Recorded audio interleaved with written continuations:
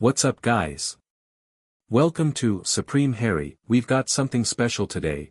What if goblins discovered Dumbledore blocked Harry's Potter-Ravenclaw-Hufflepuff-Emrys lordships at birth? Don't forget to like and subscribe. Let's dive in. Chapter 1, The Ledger Doesn't Lie. The problem started, as most catastrophic problems in the goblin banking world did, with a number that refused to behave. Ragnok the Younger had been head Curse-Breaker at Gringotts for 31 years. He had personally unwound death curses older than the Norman conquest, had dismantled ward chains laid by dark wizards whose names made modern practitioners flinch, had once spent 3 weeks inside a pocket dimension inside a vault on sublevel 9 dissolving a temporal trap that had been eating depositors' interest for 4 centuries. He was not a goblin who startled easily. He was not a goblin who made mistakes in his assessments. So when the routine inheritance audit threw up a result that made absolutely no mathematical sense, he didn't dismiss it. He didn't chalk it up to instrument error.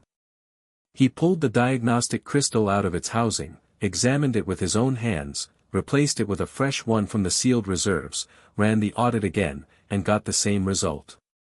Then he sat very still at his desk for a long moment, listening to the deep, geological quiet of Gringotts' lower administrative levels, and thought carefully about what to do next. The audit itself had been triggered by nothing dramatic, a standard 7-year inheritance review flagged by the bank's automated accounting systems. Every magical account holder with significant ancestral holdings was subject to periodic review. It kept the books clean. It kept the inheritance lines clear. It was, in the grand tradition of goblin financial management, deeply unglamorous work that nonetheless underpinned the entire structure of wizarding wealth. The account in question belonged to Harrison James Potter, minor, currently of Hogwarts School of Witchcraft and Wizardry, 4th year. Known to the wider wizarding world under a rather more dramatic set of epithets. The system had flagged the account because the magical resonance readings attached to it didn't match the vault balances, a discrepancy of the sort that usually indicated either a clerical error in lineage documentation or, occasionally, an undisclosed vault partition. What Ragnok had found instead was something he had never seen in 3 decades of curse-breaking. For lordship seals, dormant and compressed, wrapped in a suppression lattice so fine and so technically accomplished that it had been sitting undetected inside the bank's own records for 14 years. Not outside the boy's magical signature. Not around it. Inside it, woven into the fundamental structure of his core magic at a level that predated even the standard inheritance anchoring that all pure-blood families used. This wasn't someone blocking access to the vaults. This was someone reaching into a newborn child's magical core and tightening a fist around it. Ragnok examined the suppression lattice for 2 hours. He cross-referenced its structural signature against Gringotts' exhaustive archive of magical fingerprints, 400 years of wand signatures, ward-casting styles, magical construction techniques catalogued by practitioner. The archive existed precisely for situations like this. Forgery detection. Fraud investigation. The slow, patient accumulation of evidence that made goblin financial law the most airtight in the world. The match came back at 99.7% certainty. The lattice had been constructed by Albus Percival Wulfric Brian Dumbledore. Ragnok set down his quill, folded his hands on his desk, and allowed himself exactly 30 seconds of genuine, seething fury. Because he was a professional, and 30 seconds was all he could afford. Then he called for his senior legal counsel. Her name was Sharpclaw, and she was the most feared contract lawyer in Gringotts' 300-year legal division, which made her arguably the most feared contract lawyer alive. She was small even by goblin standards, with eyes the color of old amber and the kind of stillness that made other people nervous about what she was thinking. She listened to Ragnok's summary without interrupting, examined the diagnostic crystals herself, reviewed the archive match, and then sat back in the chair across from his desk and was quiet for a while. For lordships, she said finally. Potter, Ravenclaw, Hufflepuff, and Emrys, Ragnok confirmed. The first 3 by direct blood descent. The Emrys line is, I know what the Emrys line is. Her amber eyes had gone very sharp. Everyone in this building with any knowledge of pre-Confederation magical history knows what the Emrys line is. She looked at the diagnostic readout again. He's been attending school for 4 years with his core suppressed to approximately 15% of its natural capacity. Closer to 12, by the secondary readings. Sharpclaw made a sound that was not quite a word. The question, Ragnok said, is procedure. We are legally required, under the Gringotts Charter of 1478 and the updated Depositor Protection Accord of 1867, to notify a client of any interference with their account holdings. Magical suppression directly impacts the inheritance chain and therefore constitutes account interference. He paused. However, the party who placed this interference is currently the Supreme Mugwump of the International Confederation of Wizards, Chief Warlock of the Wizengamot, and Headmaster of the school in which our client is currently enrolled. He is also a private individual subject to Goblin financial law, Sharpclaw said without any particular inflection, the same as every other wizard who deposits gold with us. His titles do not create an exemption. There is no exemption. There has never been an exemption. I know that. You know that. I need the documentation prepared so that when his people come to us with political pressure, we have a wall of paperwork that is frankly unclimbable. Give me 4 hours. You have 3. I want to send the client notification before close of business today. Sharpclaw stood, tucked the diagnostic readout under her arm, and moved toward the door with the quiet efficiency of someone who already knew exactly what she was going to do. She paused at the threshold. Ragnok. The Emrys lordship. Her voice was carefully neutral. When we remove the suppression, and we will remove the suppression, today if possible, you understand what that means for his power level. I have some idea. The Emrys line hasn't had an active claimant in 600 years. The last time that much latent magical inheritance was suddenly released into an active core, I know. We'll want to do it in the deep chambers. Sublevel 14 at minimum. The diagnostic chamber there has the strongest containment wards in the building. Already arranged. He picked up his quill again. 3 hours, Sharpclaw. She left. Ragnok stared at the diagnostic readout for a moment longer, at the impossible, delicate, viciously precise lattice of suppression magic woven through what should have been one of the most powerful magical cores in living memory, and felt that cold fury settle into something permanent in his chest. He had made a career of undoing damage. Dark curses, trapped vaults, stolen inheritances. He had seen a great deal of what powerful wizards did to weaker ones when they thought no one was keeping records. Goblins, he reflected, were always keeping records. He began to write the notification letter. Harry was in the middle of a transfiguration essay when the owl arrived. It was not a school owl. It was large, dark gray, and wore a Gringotts identification band on its right leg, the distinctive black and gold banding that meant official bank correspondence, the kind that bypassed normal mail screening. It landed on his desk in the Gryffindor common room with the focused purposefulness of an owl that had been told this was important and had taken that instruction seriously. Ron looked up from his own essay, which was considerably shorter than Harry's despite being on the same topic. Gringotts? What you need Gringotts for? I don't know. Harry broke the wax seal, not the standard gold seal but a deep crimson one he'd never seen before, and unfolded the letter. The parchment was heavy, the kind Gringotts used for formal legal correspondence. The letterhead read Office of the Head Curse-Breaker, Gringotts Bank, Diagon Alley in raised lettering that had a faint magical shimmer to it. Mr. Harrison James Potter, we write to inform you that a routine review of your account holdings has revealed a matter of significant urgency regarding your inheritance status. This matter requires your personal attendance at Gringotts at your earliest possible convenience. We would request no later than the 3rd of November. Please be advised that this correspondence has been classified at the highest level of client confidentiality and should not be discussed with third parties prior to your meeting with our office. A Gringotts escort will be available at Hogsmeade Station at 9 a.m. on the date of your choosing within the specified window. This is not a matter concerning your vault balance. Ragnok the younger head Curse-Breaker, Gringotts Bank. Harry read it twice. Then he read the last line again. This is not a matter concerning your vault balance, which was the kind of clarification that only made the situation feel more alarming rather than less. "Well?" Ron asked. "They want me to come in." Harry folded the letter carefully. "Something about my inheritance. That sounds boring." "Yeah," Harry said, in the tone of someone who did not think it sounded boring at all. He caught Hermione's eye across the common room. She had apparently been watching, because she was already setting down her own quill. He crossed the room and handed her the letter without comment. She read it once, quickly, and then read it again more slowly. The small line between her eyebrows that appeared when she was thinking hard about something was very much in evidence. "The head curse-breaker," she said quietly. "Not a standard account manager. Not even a senior account manager.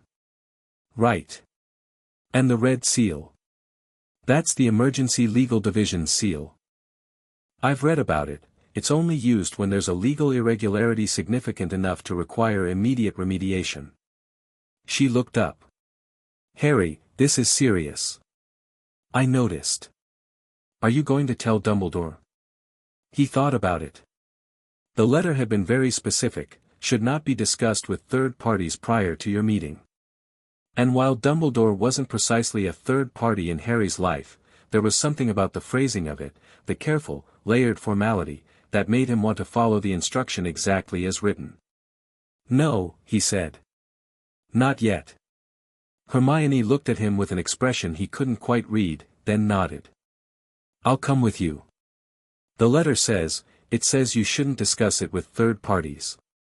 I'm not a third party, I'm your friend, and I'm not asking you to discuss anything." She handed the letter back. "I'll just be there." Harry, who had learned 2 years ago that arguing with Hermione on matters she'd decided on was a largely pointless exercise, nodded. They arrived at Gringotts on the morning of the 2nd of November, a pewter-grey Saturday with the kind of cold that felt permanent, as though summer had been a rumor.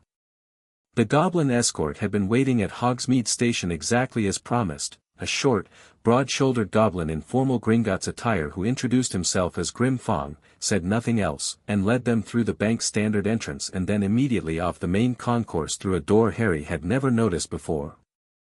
"I didn't know there was a back section," Hermione murmured. "Most humans don't," Grim Fong said without turning around, apparently not above correcting misconceptions while maintaining a professional silence about everything else. They went down several flights of stairs, then a lift that descended at speed, then more stairs. The air changed as they went, cooler, denser, carrying the faint mineral smell of deep stone. The corridors here were carved granite rather than the marble of the upper floors, lit by globes of cold blue-white light suspended at regular intervals. Ragnok's office, when they reached it, was not what Harry had expected from the title. It was a working space, maps on the walls covered in annotation, several diagnostic crystals on the desk alongside an array of tools Harry didn't recognize, shelves stacked with reference texts in what appeared to be 6 different languages.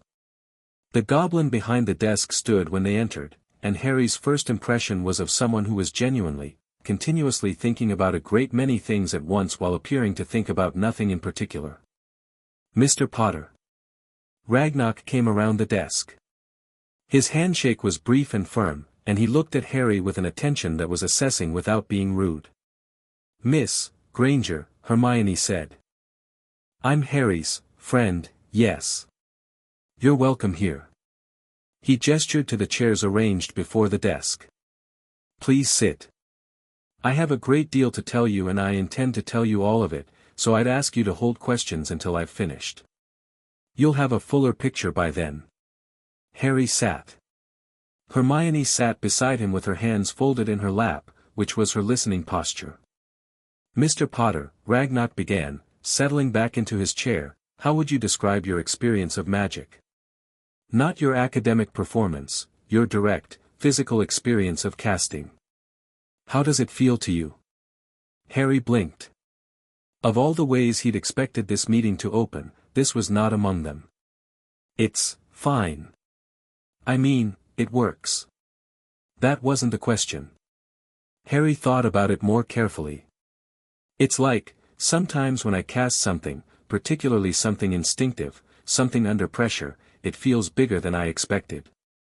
Like the spell was louder than it should have been. And then other times, when I try to do something I've studied and practiced, it feels," he paused, searching for the word. "Muffled, almost. Like I'm trying to shout through a wall." Ragnok nodded slowly, as though Harry had confirmed something. "That inconsistency is not accidental." He placed both hands flat on the desk. "Mr. Potter, 7 days ago our routine inheritance audit identified a foreign magical construct embedded in your core magical signature. It is sophisticated, extremely well constructed, and it has been present since the year of your birth." The room was very quiet. "When we say embedded in your core signature," Ragnok continued, "we mean it was not placed around you or attached to you as external enchantment might be. It was woven directly into the fundamental structure of your magic before your natural signature had fully stabilized, most likely in the first weeks of your life.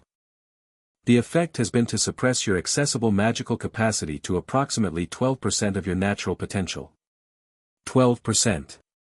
Harry sat with that number for a moment. It didn't feel real. It was too large a number, or too small a number, to connect to anything he recognized about his own life. And yet, at the same time, some part of him felt something click into a place it had always been reaching for, the way a dislocated joint finally slips back into the socket. Hermione had gone completely still beside him in the way she did when she was hearing something that was dismantling and reconstructing her understanding of the world in real time. "What was being suppressed?" she asked, quietly but precisely. "For Lordship seals," Ragnok said. "Potter, Ravenclaw, Hufflepuff, and Emrys. The first 3 through direct blood inheritance. The Emrys connection is," he paused, and it was the first time Harry had seen anything like hesitation from him. "Older. It predates conventional inheritance law and operates on different principles. We'll discuss it separately." "Potter, I understand," Harry said. "My father's family. But Ravenclaw? Hufflepuff?" "Your maternal grandmother," Ragnok said, "was Helena Ravenclaw-Selwyn before her marriage. The Selwyns themselves were a cadet branch of the Ravenclaw line. The connection is documented in Gringotts' ancestral records going back 11 generations. As for Hufflepuff, your mother, Lily Evans, was not Muggle-born. She was a squib-descended witch, the first magical birth in 3 generations of a dormant Hufflepuff-Evans line. This is also documented. Your mother's family almost certainly never knew." Hermione made a small, sharp sound. "Who placed the suppression?" Harry asked. He already knew, in some way. There was only one person who had been in a position to do it, who had the skill, who had been present at every critical juncture of his life, who had made every major decision about where Harry went and how he lived. But he needed to hear it said aloud. "The magical fingerprint," Ragnok said steadily, "matches at 99.7% confidence to the signature on file for Albus Percival Wulfric Brian Dumbledore." The silence that followed was different from the one before it. Heavier. More specific. Hermione said something under her breath in a tone Harry had never heard from her before. He didn't quite catch the words. "Why?" Harry asked. His voice came out more even than he expected. "I can tell you what I know, not what I've speculated," Ragnok said, and Harry respected him for the distinction. "The suppression was placed approximately 3 weeks after your birth. The timing coincides with the period when Dumbledore arranged your placement with your maternal aunt's family. Beyond that, motivation is outside the scope of what I can document." He paused. "What I can tell you is the effect. For nearly 14 years, you have been functioning with less than 1/8 of your natural magical capacity. Your instinctive magic, fear responses, moments of desperate need, has been breaking through the suppression at partial strength, which is why it felt inconsistent to you. The suppression was designed to prevent conscious access, not to eliminate magic entirely. Because eliminating it entirely would have looked suspicious, Hermione said. It wasn't quite a question. That is a reasonable inference. Harry looked at his hands for a moment. He was thinking, carefully, about how he felt right now, and the answer was that he felt something he didn't quite have a word for, not rage, not grief, not even particularly surprised, though he was surprised. It was more like the sensation of understanding something that had always been quietly, persistently wrong, and watching the wrongness clarify into a shape you could actually hold. "You said you can remove it," he said. "We can and we will." Ragnok's voice carried a finality that had nothing to do with permission-seeking. Under Goblin law, any external construct interfering with an account holder's inheritance rights is subject to mandatory removal. This is not optional and it requires no one's approval except yours. He met Harry's eyes. "But I want to be honest with you about what that means. You have been operating at 12% capacity for your entire life. When we remove the suppression, there will be an adjustment period. The additional magic doesn't trickle in gradually, it's more like a dam breaking. The diagnostic chamber on sublevel 14 is the most heavily warded space in this building. We will be doing this there, and we will be doing it carefully." "When?" "Today, if you're willing." "Yes," Harry said, without hesitation. Ragnok nodded, as though that had been the only acceptable answer. "Good." He rose from his desk. "There is one more thing I will tell you now and discuss at length afterward. The Emrys Lordship, the fourth seal." He picked up a slim folder from the desk and held it for a moment before opening it. Merlin Emrys did not have children. What he had was a chosen heir, designated through a form of magical inheritance that has no equivalent in modern practice. The designation was never activated because the conditions for inheritance were never met during any previous generation of your family. The line has been dormant for 6 centuries. He looked at Harry steadily. "You are the first individual in recorded history who carries all 4 seals simultaneously. Potter, Ravenclaw, Hufflepuff, Emrys. When we remove the suppression, all 4 activate at once." Hermione had both hands pressed flat on her thighs now in the way she did when she was physically containing her own reaction. "I need to understand what that means practically," Harry said. "So do I," Ragnok admitted. "We'll learn together." Sublevel 14 was not designed for comfort. It was designed for containment, and it communicated this the moment you entered it, the walls a full foot of layered runic granite, the ceiling higher than seemed architecturally logical, the air carrying a charge that made Harry's skin prickle. The diagnostic chair at the center of the chamber looked more like something from a medieval forge than a medical facility. Sharpclaw was already there when they arrived, standing beside a second goblin Harry hadn't been introduced to yet, who was introduced as Iron Will, one of Gringotts' senior wardmasters. 3 additional goblins stood at equidistant points around the outer walls, each positioned before a separate runic panel. The chamber felt staffed for an emergency rather than a procedure. Hermione noticed too. She didn't say anything, but she moved slightly closer to Harry. "The process itself is straightforward," Ragnok said, guiding Harry to the chair. "The diagnostic lattice will map the suppression construct in full. Then Iron Will and I will begin the unwinding from the outside inward, the same technique used to unwrap any complex war chain. The difference here is that the construct is inside your core rather than around it, so there's a tactile component, you will feel it." "How much?" "Honestly? Quite a lot. But it will be pressure, not pain. You're not being injured. You're being freed." He said the last word simply, without drama, and somehow that was more affecting than if he'd made a speech of it. "Miss Granger," Ragnok added, glancing at her, "there are observation positions behind the secondary barrier, that panel of glass there. I'd recommend you use one. I'd rather stay here." "Miss Granger." Her jaw set. She looked at Harry. "Go," he said. "I'll be fine." She looked like she had several things she wanted to say about that, chose none of them, and moved to the observation panel with the precise, controlled walk she used when she was managing strong emotion. Harry sat in the chair. The stone was cool through his clothes. Ragnok stood to his left, Iron Will to his right, and both of them placed their hands, not touching Harry, but hovering 2 inches from his forearms, and the diagnostic lattice flared to life, a three-dimensional web of amber light that mapped his magical signature like a topographical chart. Harry could see it. He'd never seen his own magic mapped before. The central core of it burned a bright, clear gold, and wrapped around it, he could see it now, clear as anything, now that he knew to look, was a lattice of something darker.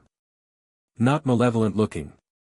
Almost elegant, in a clinical way, the way a very precise cage is elegant.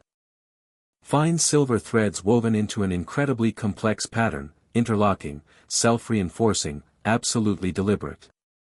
Ragnok made a sound in his throat that was professionally neutral and personally very much not. "Begin," he said to Iron Will. They worked from the outside in.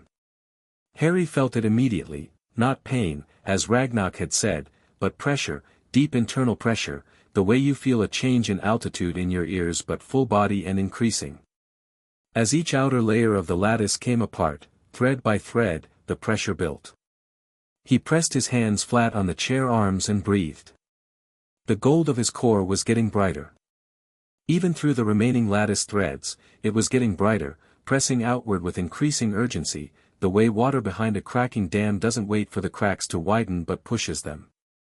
2 of the goblins at the outer walls began murmuring adjustments to the containment wards. The runes along the walls pulsed steadily, holding. Ragnok reached the innermost layer. His expression was entirely focused, and his hands, still not touching, were moving with microscopic precision through the final interlocked threads of the construct. "Last sequence," he said, to no one in particular, in the tone of someone who knows the next few seconds are going to be significant. He unwound the final thread. The pressure broke. It wasn't an explosion, exactly. It was more like the concept of an explosion expressed at a fundamental level, a shockwave that was purely magical, purely force, a silent detonation of raw power that expanded from Harry's center outward. The chair cracked down the middle. The amber diagnostic lattice blew apart like tissue paper. Every runic panel on the walls flared white simultaneously. 3 of the containment globes overhead burst, showering blue sparks that hissed when they hit the floor. Harry sat in the ruined chair in a chamber full of settling light and did not move for a moment. Then he breathed in. The difference was, he would try to explain it later and mostly fail, the difference was like spending your whole life in a room where someone had turned the color down, where everything was slightly gray and flat and reduced, and then someone turning the color back up to full. Not adding something new. Just restoring what had always been there, what had always been his, what had been quietly, systematically taken before he was old enough to know it existed. He felt enormous. He felt like himself. He stood up from the ruined chair without difficulty and looked at Ragnok. The head Curse-Breaker was examining one of the burst containment globes with professional interest that didn't entirely conceal something that might have been awe.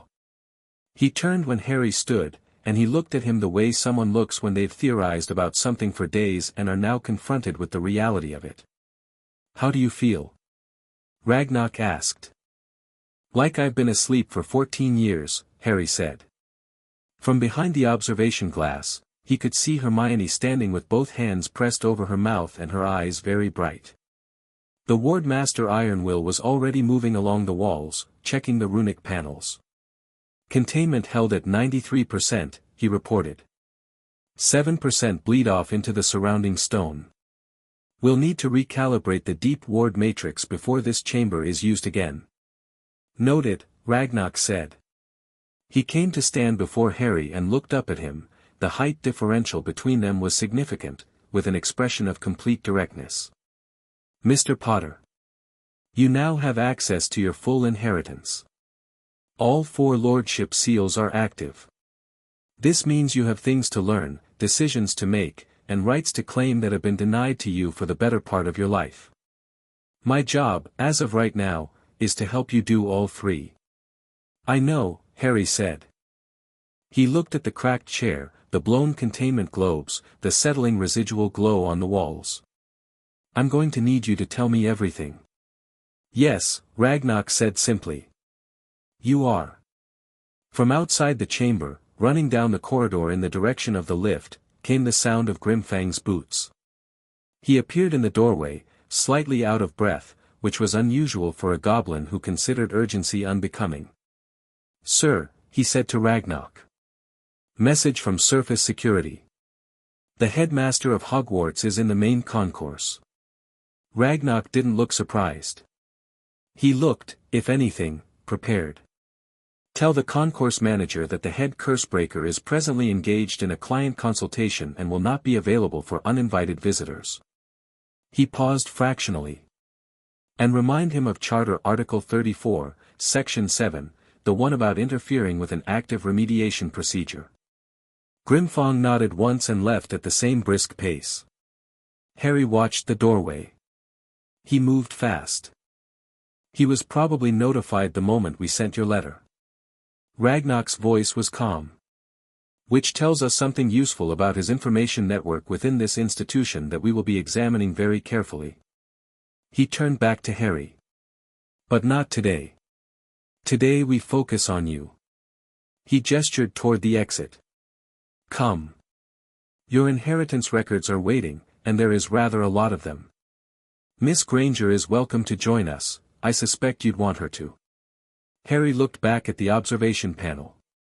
Hermione was already moving toward the door, her expression set in the particular way that meant she had about 40 questions lined up and was exercising heroic patience in not asking all of them simultaneously. "Yeah," Harry said. "I would." He walked out of sublevel 14 and up toward Ragnok's office, and the whole walk he was quietly, privately, furiously aware of just how much of himself he'd been carrying without knowing the weight of it. Now the weight was gone, the thing it had been holding down was free, and it was filling him up from the inside like sunlight into an empty room. Somewhere above them, in the main concourse of Gringotts Bank, Albus Dumbledore was being politely and firmly declined entry by a goblin security officer invoking a charter article 700 years old. Harry didn't know yet what he was going to do about that. But he was, for the first time in his life, thinking about it with all of his mind. Chapter 2. The weight of 4 names. The inheritance records room on sublevel 12 was nothing like the sterile formality of the diagnostic chamber below it. It felt, instead, like a library that had been alive for a very long time and had developed opinions. The shelves were black ironwood, floor to ceiling, packed with ledgers bound in materials Harry couldn't identify. The table at the center was a single piece of dark stone, smooth and cool, with faint runic channels carved along its edges that glowed a quiet amber when Ragnok set the inheritance portfolio on it. The portfolio was thick.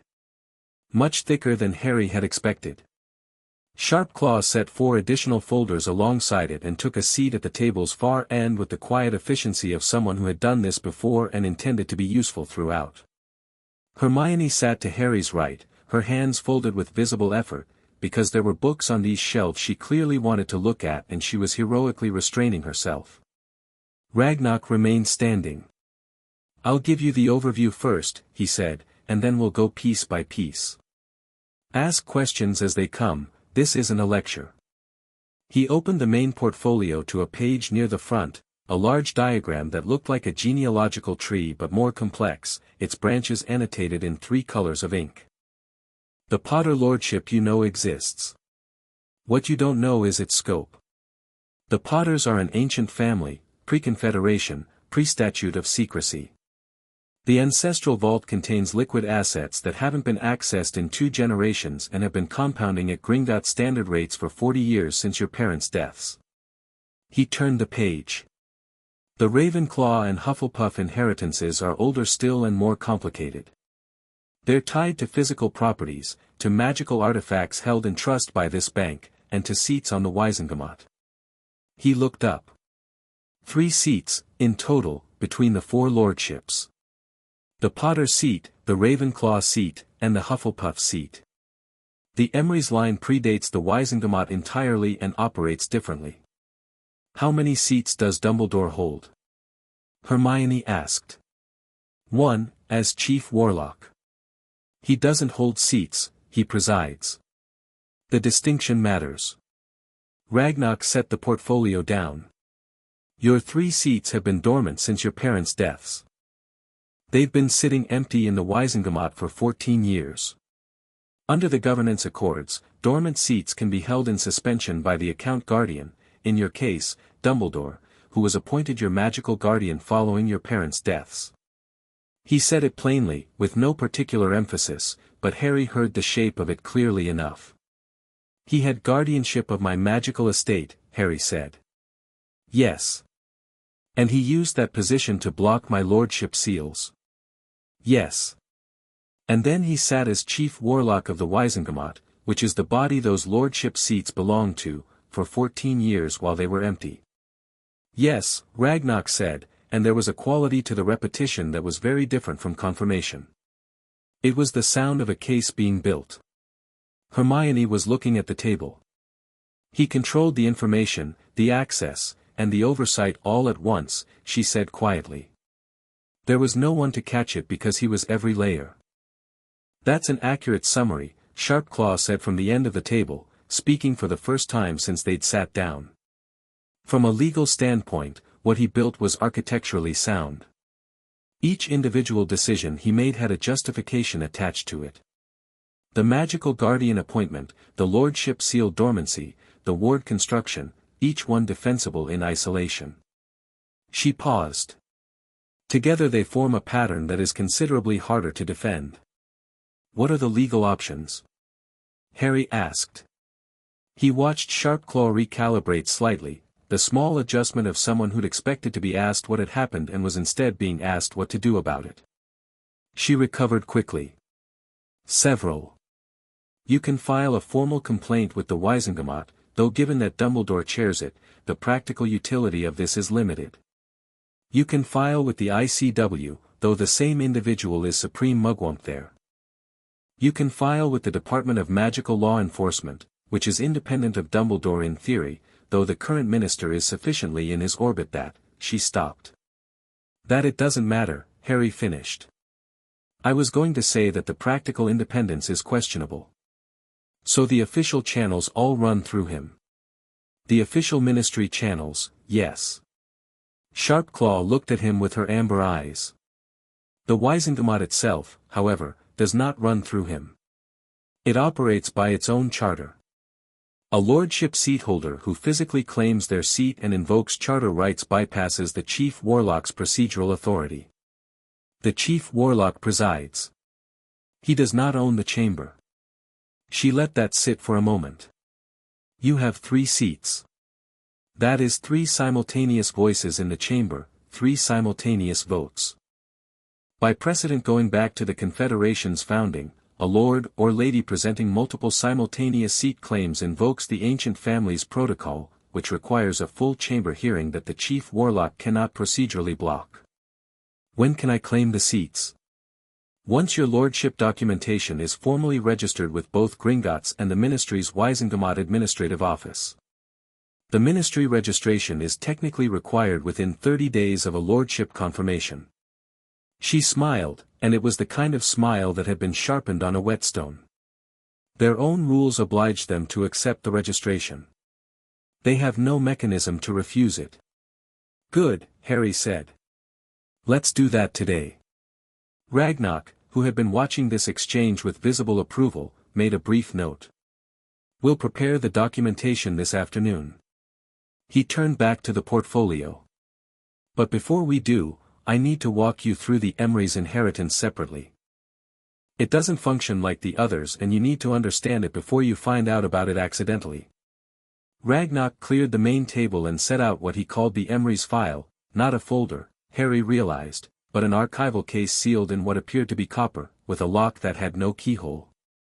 When Ragnok set Harry's hand on it, the lock opened on its own. Hermione looked at this with the expression she reserved for things that were academically fascinating and personally alarming simultaneously.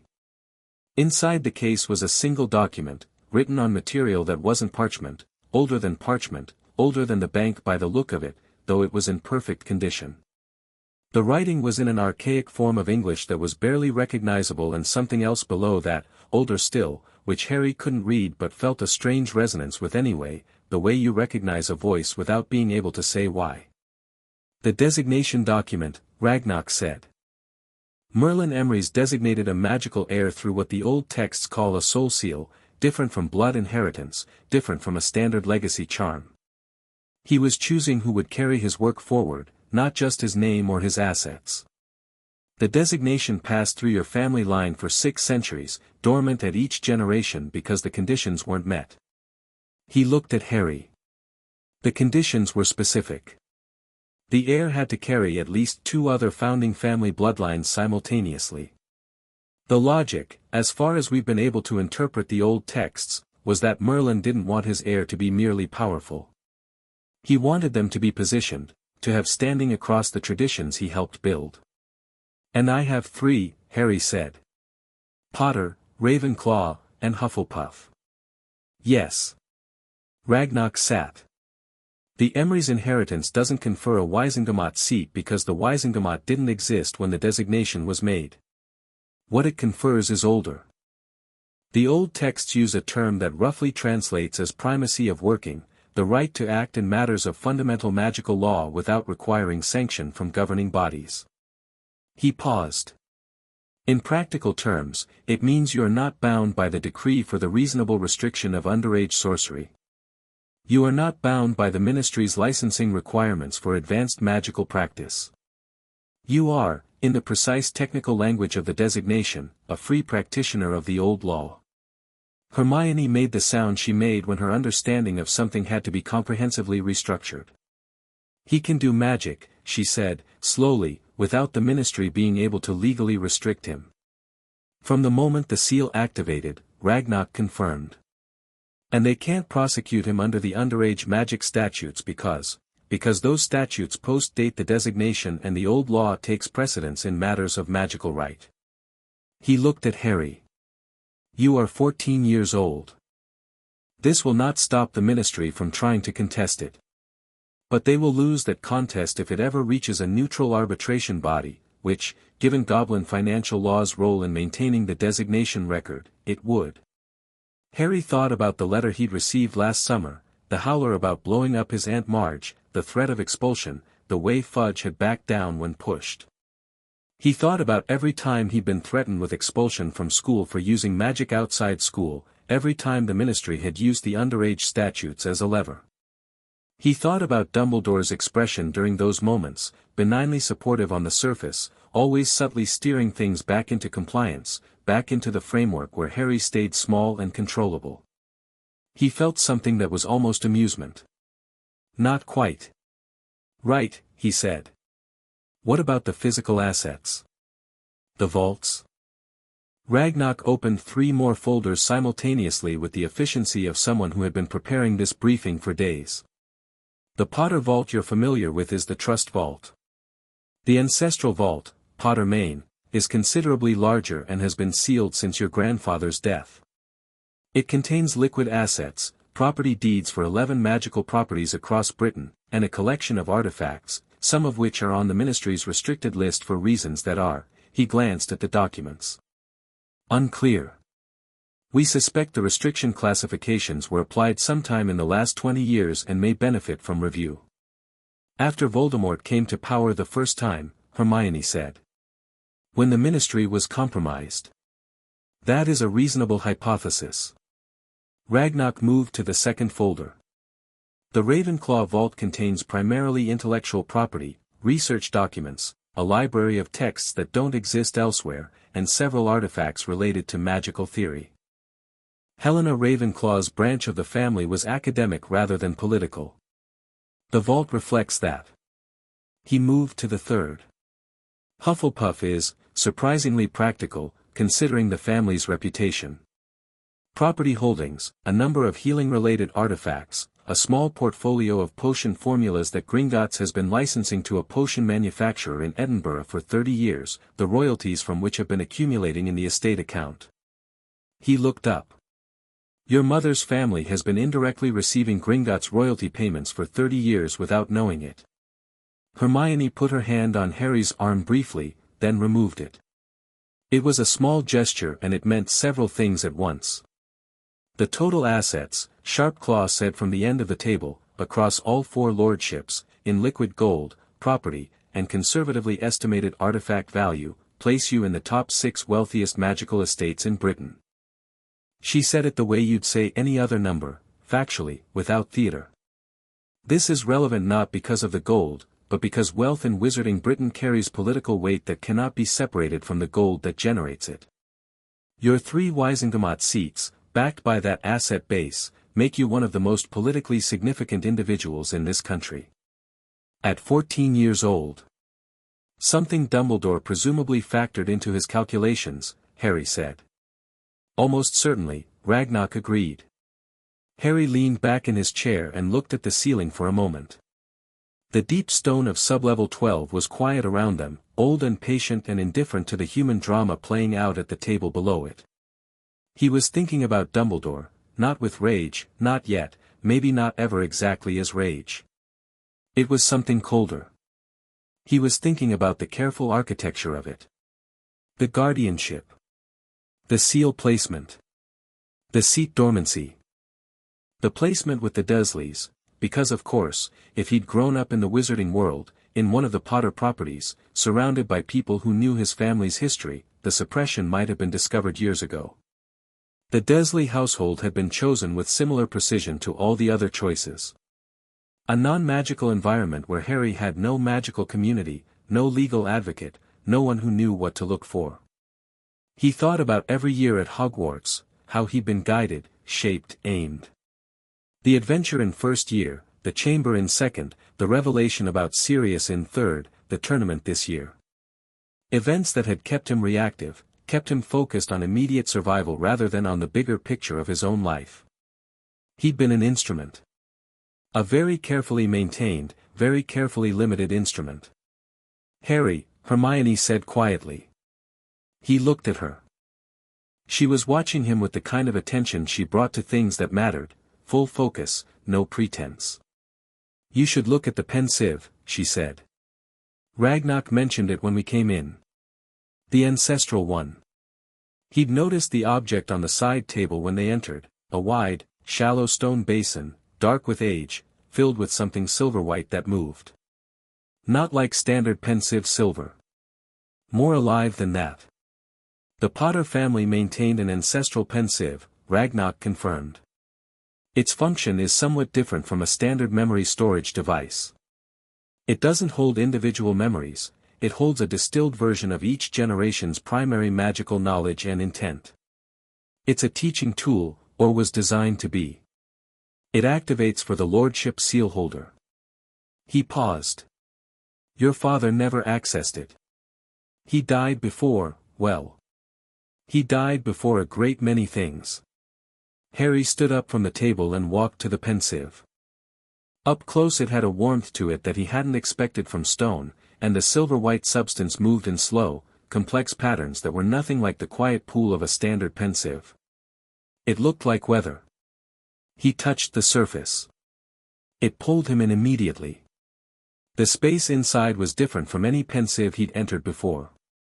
It wasn't a memory, it didn't have the specific, particular texture of someone else's lived moment. It was more like standing in a concept. A room that was made of purpose rather than architecture, warm-lit and clear, and in it stood 3 figures that Harry understood, without being told, were not ghosts or portraits but something more like distillations, the essential self of each person, preserved in magical amber. His grandfather, Fleamont Potter, was a tall man with an energetic quality even in stillness, with the same dark hair Harry had and an alert, amused expression. His grandmother, Euphemia, stood beside him, small, composed, with warm eyes and the look of someone who was always 3 steps ahead of the conversation. Behind them both, further back, blurred by time, was a man whose face Harry couldn't quite resolve but whose presence carried a weight that the other 2 oriented around, the way plants orient toward light. Fleamont looked at him for a moment. Well, his grandfather said, and his voice had an affectionate roughness to it. You took your time. Wasn't my choice, Harry said. No. I can see that. Fleamont's expression shifted into something more serious, though the warmth didn't leave it. The seals are open. All 4. His grandmother Euphemia made a sound that he couldn't interpret precisely, relief and grief in equal measure. Your father should have shown you this when you were 10, she said. We should have been here. I'm sorry, Harry. Tell me what I need to know, Harry said. Not rudely. He just didn't have time for apologies from people who were already gone, and he thought they'd understand that. Flemmont smiled. Direct. Good. He moved closer, and his presence had a reality to it despite being a magical construct. Harry could feel the warmth radiating from him the way you feel it from a fire. The Potter magic is old magic. Not ancient in the way the founder lines are ancient, but deep-rooted. It has a signature quality, it responds to intent more completely than average magical cores. What you want to do shapes how the magic expresses itself, not just the spell you cast. Your father could transfigure anything without a verbal component because his intention was precise enough to direct the magic on its own. He was an animagus, Harry said. By 5th year. By 5th year he'd figured out what he was doing deliberately. He'd been doing it accidentally since he was 7. Flemmont paused. You're stronger than he was. Not criticizing James, he was remarkable. But the Ravenclaw and Hufflepuff inheritance adds dimensions that pure Potter magic doesn't have. He glanced back at the blurred figure behind him. And the Emrys line adds something that is less dimension and more, foundation. It is the bedrock under the other 3. What does that mean practically? It means that when you understand what you're doing with it, it will feel like the magic is native to you rather than something you're directing. It isn't something cast externally. It's something expressed internally. He looked at Harry. You felt that already. The moments when your magic broke through the suppression. What did it feel like? Harry thought about it. Turning a teacher's hair blue without meaning to. Operating to the school roof to escape Dudley.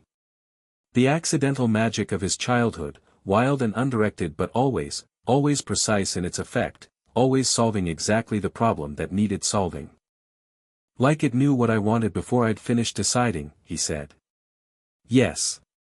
That's the Emrys quality. It's not wandless magic.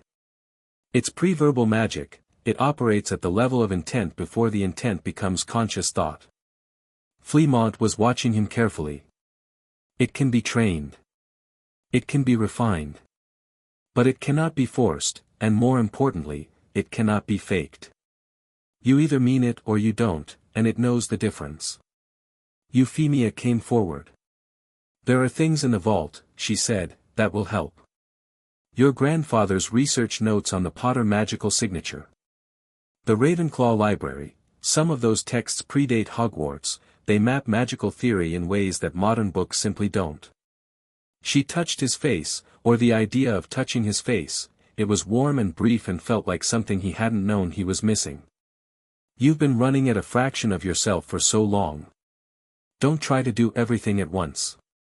I won't, Harry said. Then, because he was 14 and honest with himself, I might. His grandfather laughed. It was a good laugh, the real kind. James said the same thing about literally everything. He stepped back. There is one more thing. The Emrys designation, it was written with a condition. Merlin's condition, not ours.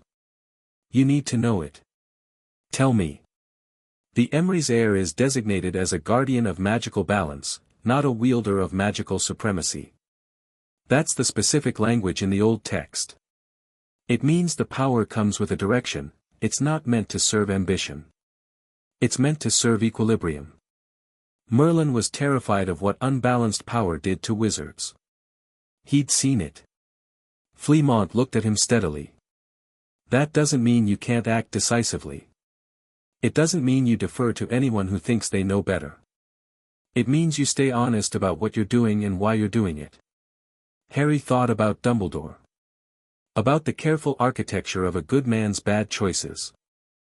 I can do that, he said. We know you can, Euphemia said. That's rather the point. The pensive released him gently, like a current setting him down on a shore. He was back in the sub-level 12 records room, standing with his hand still touching the Pensieve's rim. Hermione was watching him, and so was Ragnok, and the room felt different after the pensive the way rooms do after something significant has happened in them. How long was I? About 40 seconds, Hermione said. Real time. How long did it feel like? Longer. He stepped back from the pensive. I met my grandparents. Hermione's face did something complicated. Are you? I'm fine. More than fine. He returned to the table and sat, and his posture was different now in a way Hermione noticed though she didn't comment on it. He felt more settled inside himself, the way the pensive had described his magic, native, rather than directed. What's left in the briefing? Ragnok exchanged a look with Sharpclaw that Harry caught. The notification question, Ragnok said. Who gets told about this? Under Goblin law, we are required to notify any party who previously held a fiduciary role over the affected accounts.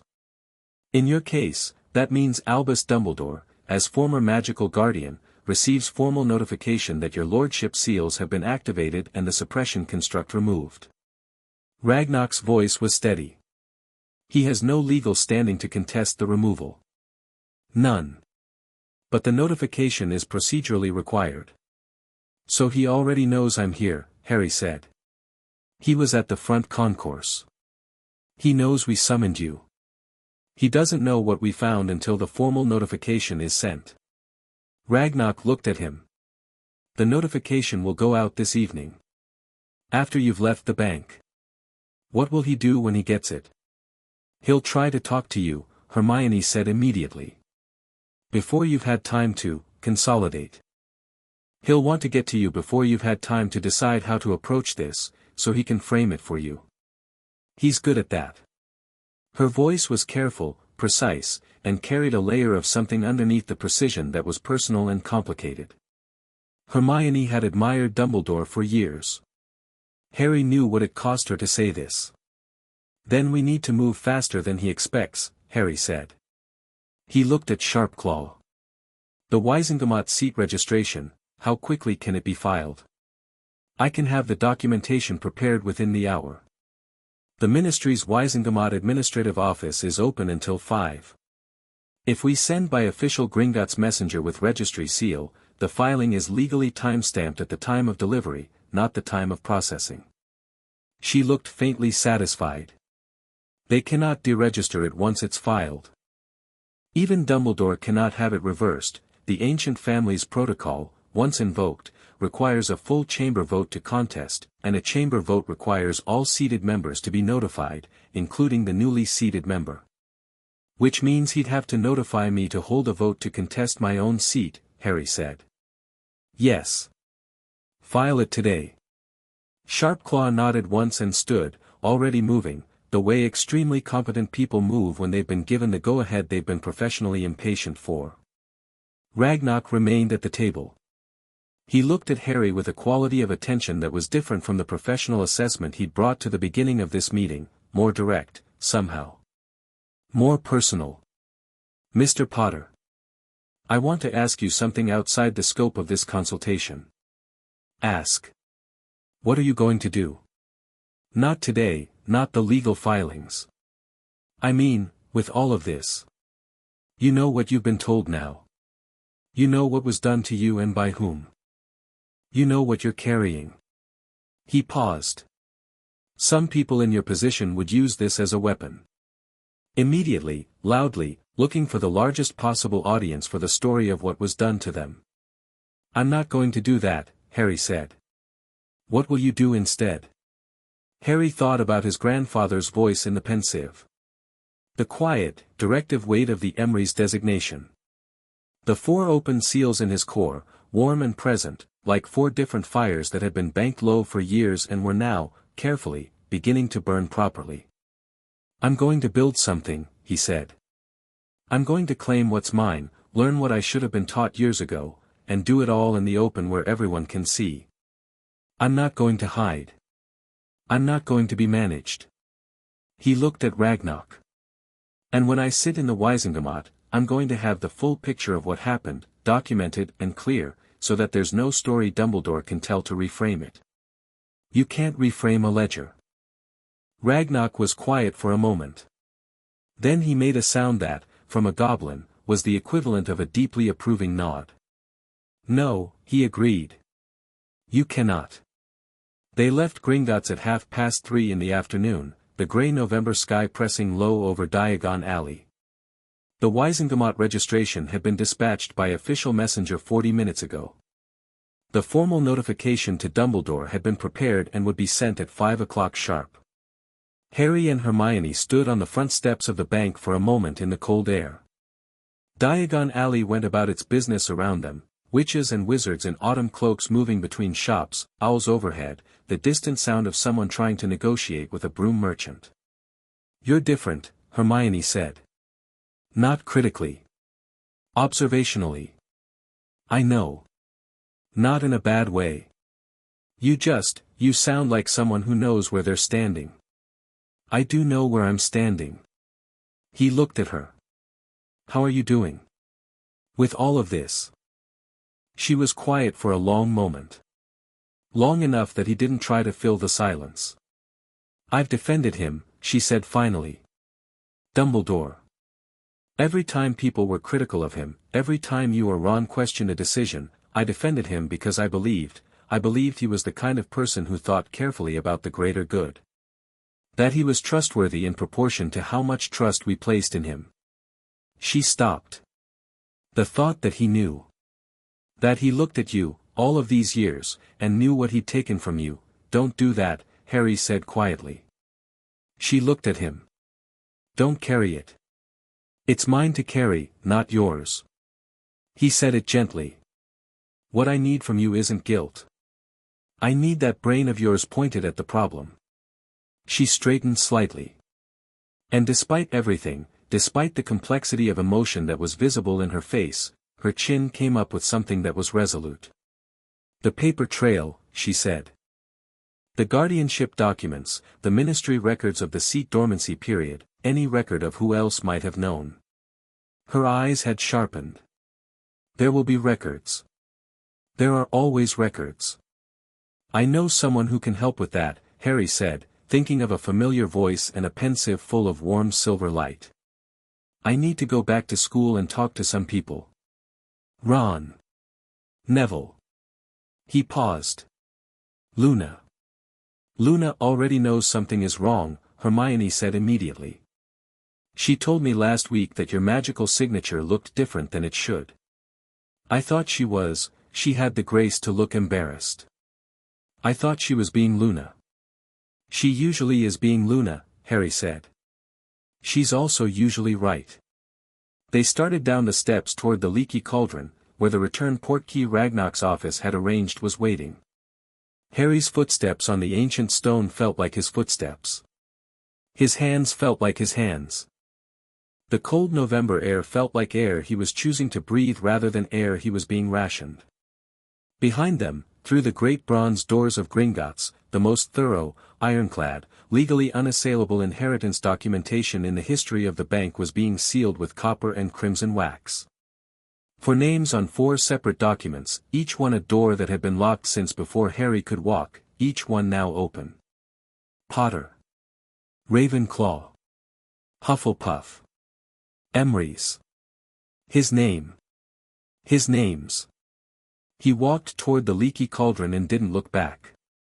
At 5 o'clock exactly, a Gringotts messenger owl landed on the desk in the headmaster's office at Hogwarts and deposited a heavy envelope sealed in crimson wax. The phoenix on the perch made no sound. The portraits of former headmasters pretended to be asleep. Dumbledore opened the letter. He read it once, set it down, and for a long moment simply looked at the far window and the dark evening sky beyond it. His expression was not the expression of a villain caught. It was something more complicated than that, the expression of a man who had been certain, for a very long time, that a particular equation balanced out, and who was now confronted with the possibility that the variables he'd excluded from the equation had been people.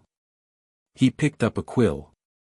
He wrote 2 letters, one to the ministry, one to a private address in the south of France. Then he steepled his fingers before his face and was quiet for a long time. In the Gryffindor Tower, Harry was sitting on his bed with the curtains drawn, reading through a handwritten copy of the Emrys designation document that Ragnok had prepared for him. Beside him was the first of Fleamont Potter's research journals, dense with notation in a handwriting that was disconcertingly similar to his own. In the next bed over, Ron was asleep already, snoring lightly, unburdened by the events of a day he didn't know had happened. Harry read until past midnight. Outside, clouds moved across the November moon. Somewhere in the castle, Dumbledore walked the corridors alone. Harry turned the page. Chapter 3, Summons and Reckonings. The common room was empty at 6 in the morning except for the fire, which had burned down to orange coals, and Hermione, who had been there since 5 with 3 books open on the table in front of her and a 4th in her lap. Harry found her when he came downstairs, unable to sleep past 4, the Emrys document and his grandfather's journal sitting heavy in his mind in a good way, the way a meal sits heavy, not a burden but a weight that means something got fed. She looked up when he appeared on the stairs.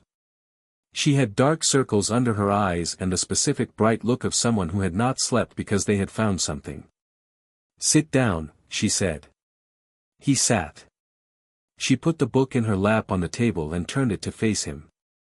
It was a copy of Wisengamot, Governance, History, and Charter Law, published 1923, the kind of text that wasn't on any Hogwarts curriculum because it was aggressively dry and assumed you already knew things most witches and wizards never bothered to learn. She had annotated 3 pages with neat, urgent marginalia. Article 12 of the Wisengamot Charter, she said, without preamble, pointing to the relevant passage. A lord or lady of ancient family who presents simultaneous claim to 3 or more seats may invoke emergency convocation rights. This requires the chief warlock to convene a full session within 10 days of the claim being filed, no exceptions, no postponements. She looked at him. Not within a reasonable time frame. Not at the chief warlock's discretion. Within 10 days. It's mandatory. Harry read the passage. So Dumbledore has to call the session himself. He has to call it. He presides. But he can't control the agenda once the ancient family's protocol is active, because, she flipped to a different page. Article 17. Under emergency convocation, the agenda is set by the invoking lord or lady for the first 2 items. After that it reverts to standard procedure. She sat back. Harry. You can make the blocks the first agenda item. In a full Wisengamot session. Before every seated member, every political faction, every journalist who covers the Wisengamot beat. Dumbledore in a room he can't leave and can't steer, Harry said. In a room he called himself because the law made him. She closed the book. He's going to try to reach you before then. He'll want to have the conversation privately first, shape your understanding of what he did and why before you've had to stand in public and describe it. I know. Harry leaned forward, elbows on the table. When he does, I'm not going to refuse to talk to him. I want to hear what he says. Hermione's expression was careful.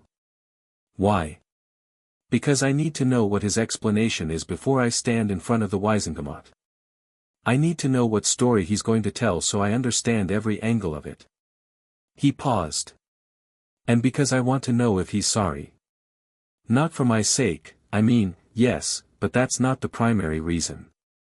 If he's genuinely remorseful, the approach changes.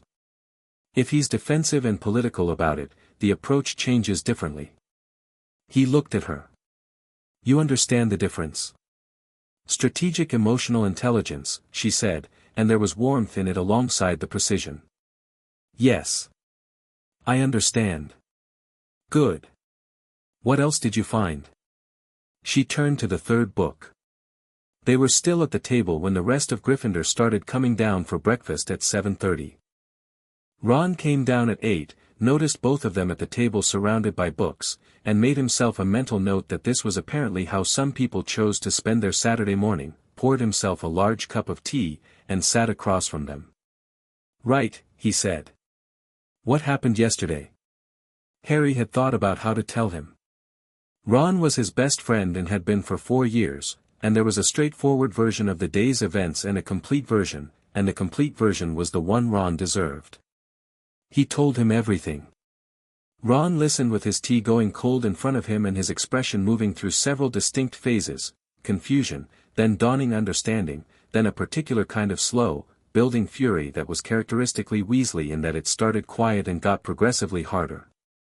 By the time Harry finished, Ron's jaw was set and his hands were flat on the table. 12%, he said. Roughly. You've been, for 4 years, you've been, our first year, the troll, the chess, all of it, at 12%. Give or take. Ron looked at Hermione, who nodded confirmation. Then he looked back at Harry. And Dumbledore, yes. Ron picked up his tea, looked at it, set it down again. He was working through something. Harry let him.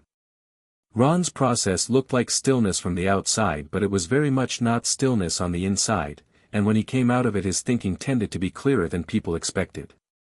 Okay, Ron said finally. What do you need? That was all.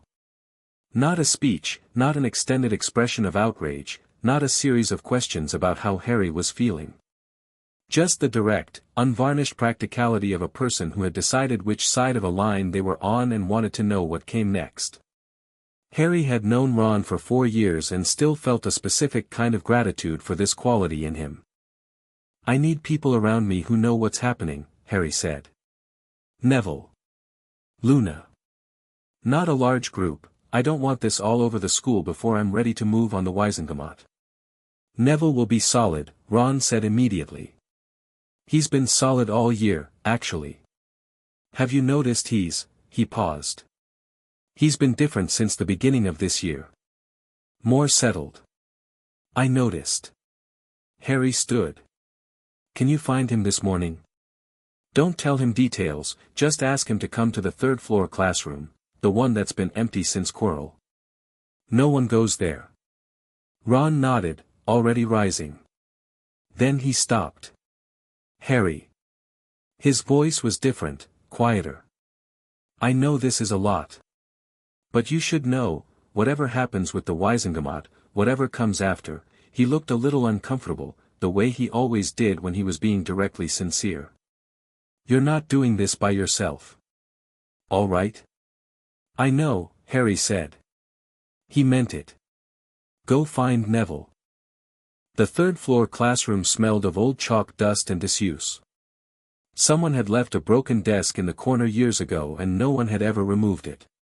The windows were filmy with grime and the light that came through them was the particular quality of November morning light, flat, gray, honest. Harry liked the room for that. There was no performance possible in light like that. Neville arrived 10 minutes after Ron's message, slightly breathless, his school robes slightly rumpled in a way that had nothing to do with carelessness and everything to do with the fact that Neville simply did not notice things like that about himself. He had filled out over the summer in a way that surprised people who still held on to their first-year mental image of him. There was a steadiness in how he carried himself now that Harry had noticed too, something quietly resolved. Luna came with him, which hadn't been arranged but wasn't surprising. Luna existed in a category of her own regarding social conventions like appointments and invitations. She drifted in behind Neville with her Ravenclaw robes and her radish earrings and her expression of calm, alert interest, as though she'd known about this meeting for considerably longer than anyone had told her. Harry looked at her. You said something to Hermione. About my magical signature. It looked compressed, Luna said simply. Like a thundercloud that's been folded down into the shape of a normal cloud. You could still see it was a thundercloud if you were looking correctly. She settled into one of the available chairs and tucked her feet up under her with complete serenity. Has someone unfolded it? Yes, Harry said. Good. She sounded genuinely pleased. It must have been uncomfortable. I didn't know it was uncomfortable until it stopped. That's how the worst discomforts work, she said, and left it there. Neville was looking between them with the particular expression of someone who had enough context to know something significant was happening and was waiting with genuine patience for the shape of it to become clear.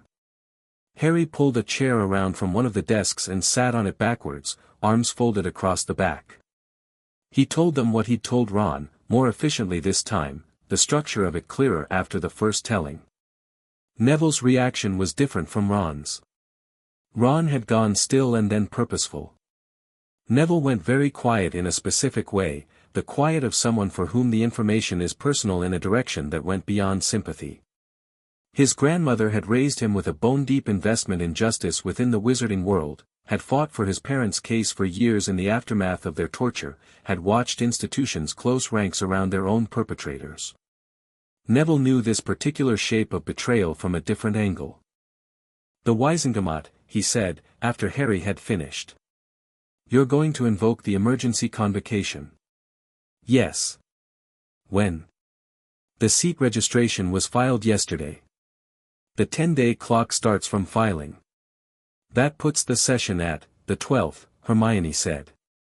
"The 12th, Harry confirmed. 8 days from now." Neville nodded slowly. "You know the Longbottom seat has been active this whole time," he said. It came out carefully, like something he'd been carrying and was now choosing to set down. "Gran has been voting it for years. She's voted against Dumbledore twice in the last decade, once on the Aura Resourcing Bill, once on the Dementor expansion at Azkaban. She'll want to know about this." Harry looked at him. "You think she'll support what I'm doing?"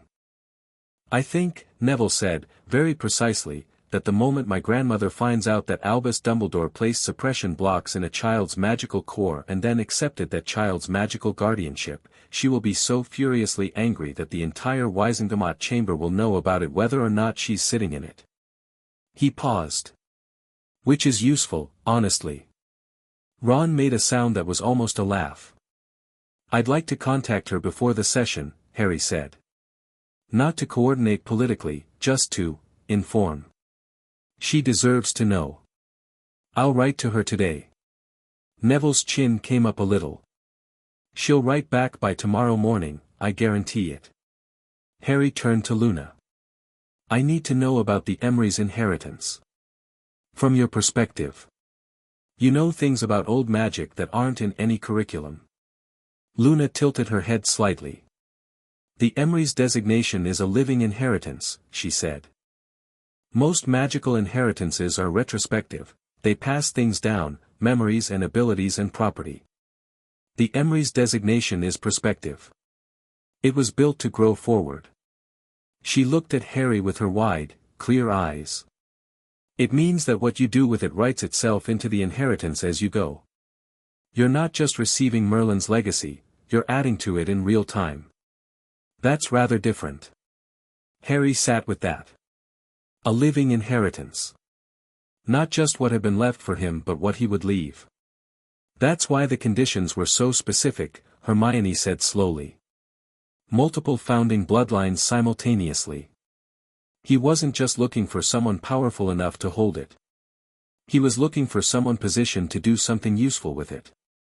Merlin was practical, Luna agreed. "People forget that. They remember the mystery and the power, but he was enormously practical." She paused. "The Raxperts around you are completely gone, by the way. They were very thick before." "Thank you, Luna," Harry said, with complete sincerity. The letter from Dumbledore arrived Sunday morning, carried by Fawkes rather than an owl, which was itself a statement. Fawkes moved faster than any owl and bypassed standard mail screening. It landed on Harry's breakfast plate at the Gryffindor table, a creamy envelope with the Hogwarts seal, and the arrival of a phoenix at the breakfast table attracted enough attention that half the Great Hall was watching when Harry picked it up. He opened it without any change in expression. "Dear Harry, I wonder if you might be willing to spare an old man a few minutes of your time this afternoon. There are matters I would like to discuss with you, and I believe a conversation between us, without intermediaries, would be the most productive path forward. My door is open at 2 o'clock, should you wish to come. Yours sincerely, Albus Dumbledore." Harry read it once, folded it, and put it in his pocket. Hermione, seated beside him, asked nothing. Ron, across from him, raised an eyebrow. 2 o'clock, Harry said. "Are you going?" Ron asked. "Yes. Do you want company?" No. Ron accepted this. Hermione accepted it less easily but accepted it nonetheless. Harry ate his breakfast and thought about what he wanted to say, and more importantly how he wanted to listen. The headmaster's office was warm and full of the usual impossible accumulation of objects, the spinning silver instruments, the portraits of previous headmasters, Fawkes on his perch, the ever-present bowl of sweets on the desk. It all had the quality of a carefully constructed environment, Harry thought, the kind of room designed to make you feel that the person who inhabited it was benign, wise, and in possession of beautiful things. He noticed this now more sharply than he ever had before. Dumbledore was standing by the window when Harry entered, which was itself a choice, not seated in authority behind the desk but positioned at the periphery of his own space, creating an implicit equality of positioning. He turned when the door opened, and his expression was, this was the complicated part, genuinely warm. It was also, underneath that warmth, the expression of a man doing something difficult. "Harry," he said. "Thank you for coming. Please, sit." "I'll stand," Harry said, not aggressively. "Just a statement of preference." Dumbledore's eyes moved over him briefly, registering something, and then he nodded once and moved to stand beside the desk rather than behind it. They faced each other across several feet of stone floor. "I received the notification from Gringotts on Friday evening," Dumbledore said. He chose directness. Harry gave him a mark for that, privately. "I imagine the last few days have contained a great deal of new information." "Yes. I would like to explain my reasoning, if you'll allow it." "I would," Harry said. "I genuinely would. I came here to listen." Something in Dumbledore's expression shifted, not surprised exactly, but recalibrated. He'd perhaps expected anger, confrontation, the emotional discharge of a 14-year-old who had just been told he'd been robbed. What he was getting instead was a level of composed attention that required a different approach. "When your parents died," Dumbledore began, "and you survived, the nature of what you had done, the magic involved in surviving the killing curse, was not fully understood. What was understood was this: you carried something. A power, a connection to events that were not finished, a significance that Voldemort, even in his diminished state, would have reason to move against." He paused. "A child of extraordinary power, orphaned, placed in a world that had just emerged from the most devastating war in 2 centuries, I made a calculation. A terrible one, looking at it now. But I made it." "You decided I'd be safer weak," Harry said. "I decided you would survive if you were unremarkable." He said the word carefully, as though he'd chosen it with precision. "The prophecy had made you a target. Power would have made you more of one. I believed that if you grew up without access to the full scope of your inheritance, without the visibility that 4 active lordship seals would have created, you would be less visible. Less targetable. By Voldemort specifically." "Yes. But also," Harry said, "less able to challenge the decisions being made in my name. Less able to use the lordship seats that would have given me voting power in the Wizengamot. Less able to access the resources that would have given me independence from the guardianship arrangements you'd put in place." He kept his voice even. "All of those things were consequences of the suppression, not just the safety you were aiming for."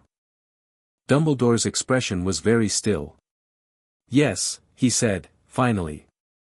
"They were. Did you think about them?" A long pause.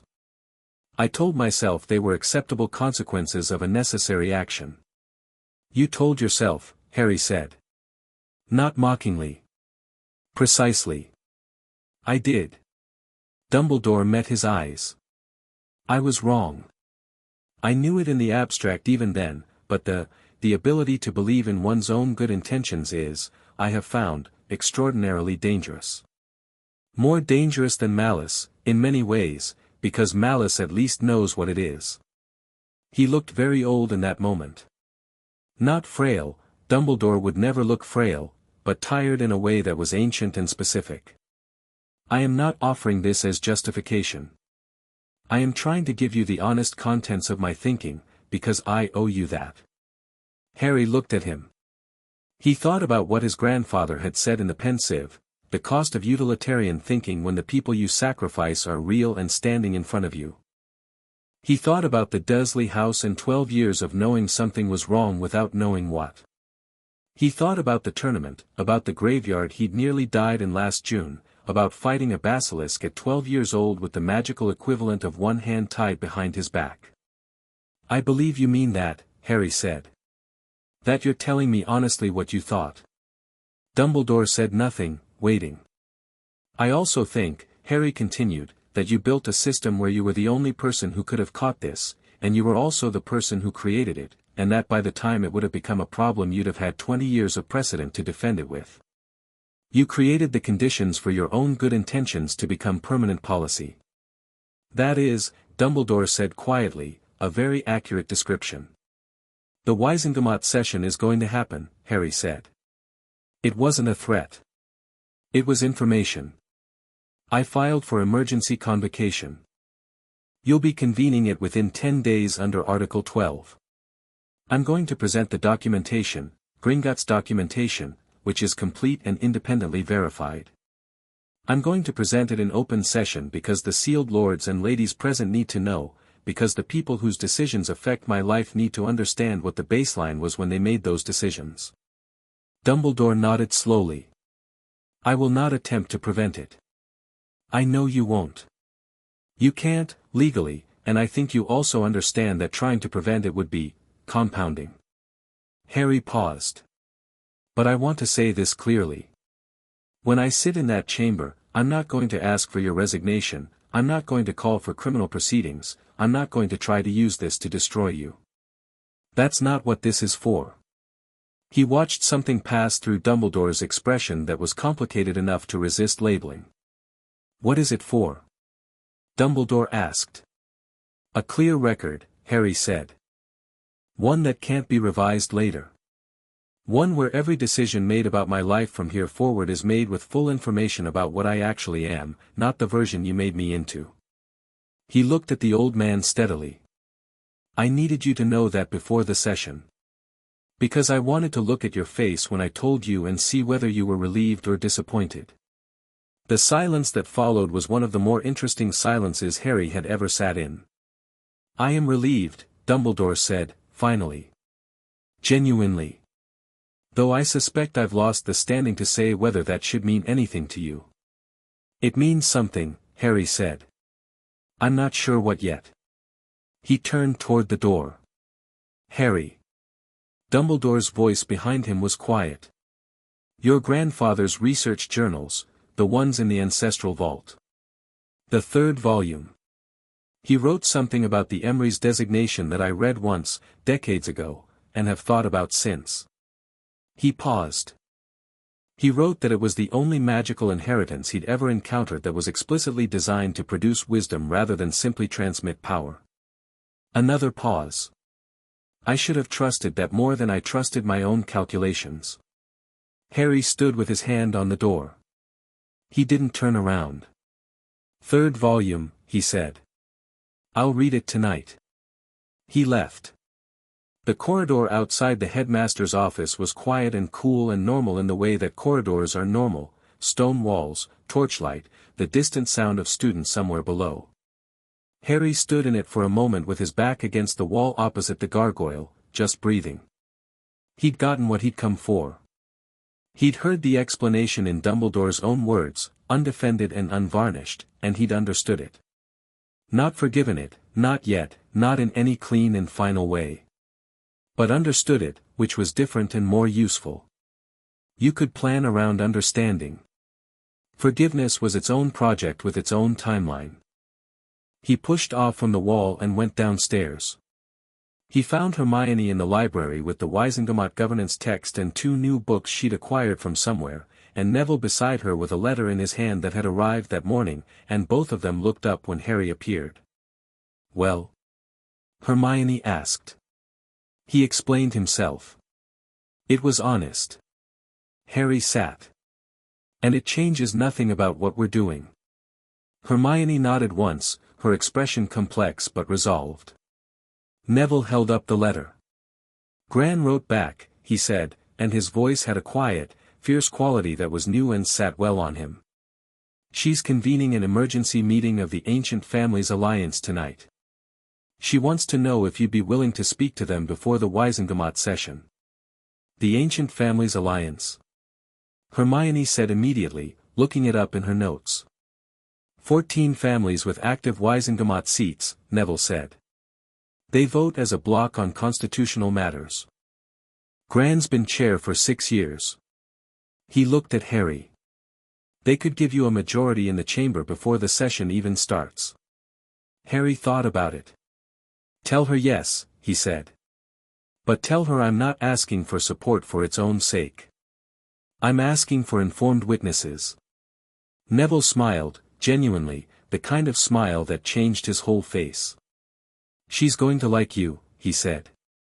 The communication happened via private floor that evening, in the office of Professor Sprout, whose quiet, consistent fairness had made her the one faculty member Harry trusted enough to ask a favor, and who had listened to Harry's very brief, very carefully worded summary of the situation and then said, "Use my fireplace, I'll be in the greenhouses," with no further questions and the expression of someone who had suspected something was wrong for a long time.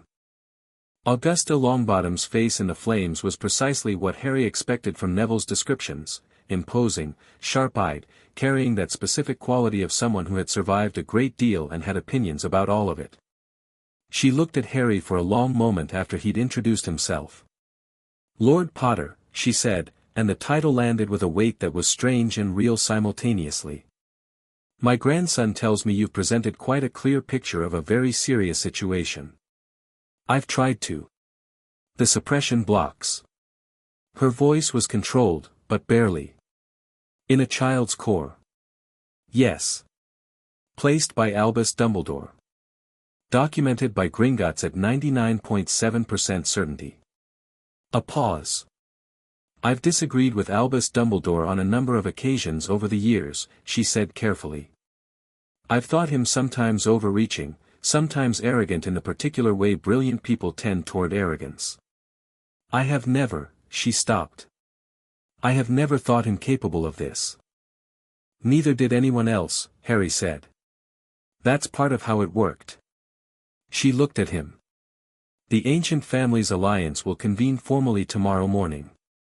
I'd ask you to present the Gringotts documentation directly to the group, 14 families, their primary representatives.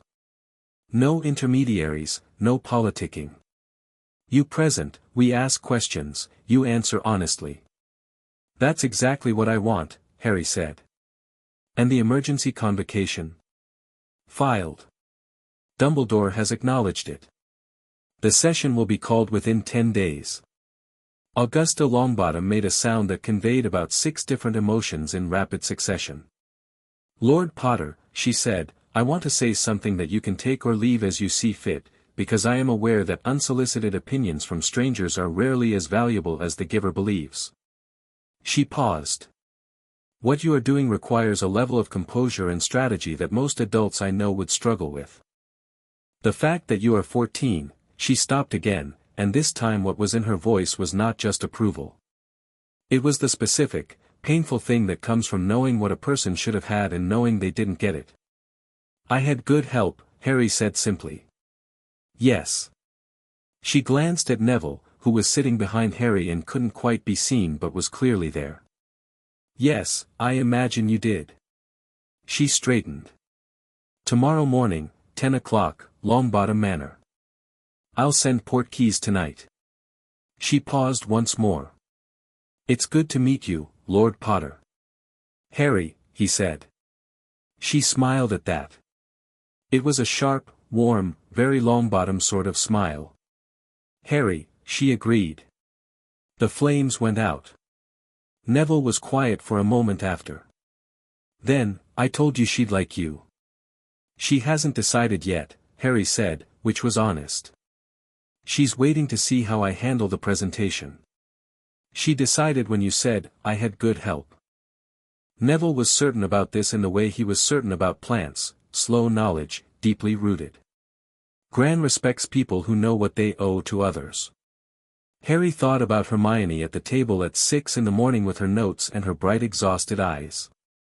He thought about Ron's cold tea and his 3 plain words.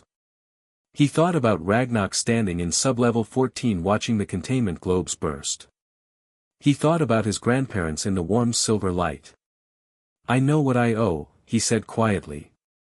They left Professor Sprout's office and walked back through the corridor toward Gryffindor Tower, and behind them the fire burned down to nothing, and somewhere in the castle the clock struck 9, and 8 days from now the Wisengamot would convene a session it had been legally obligated to call by a boy who had filed the correct paperwork through a goblin bank that kept very good records, and nothing about any of it would be dramatic or explosive or singular.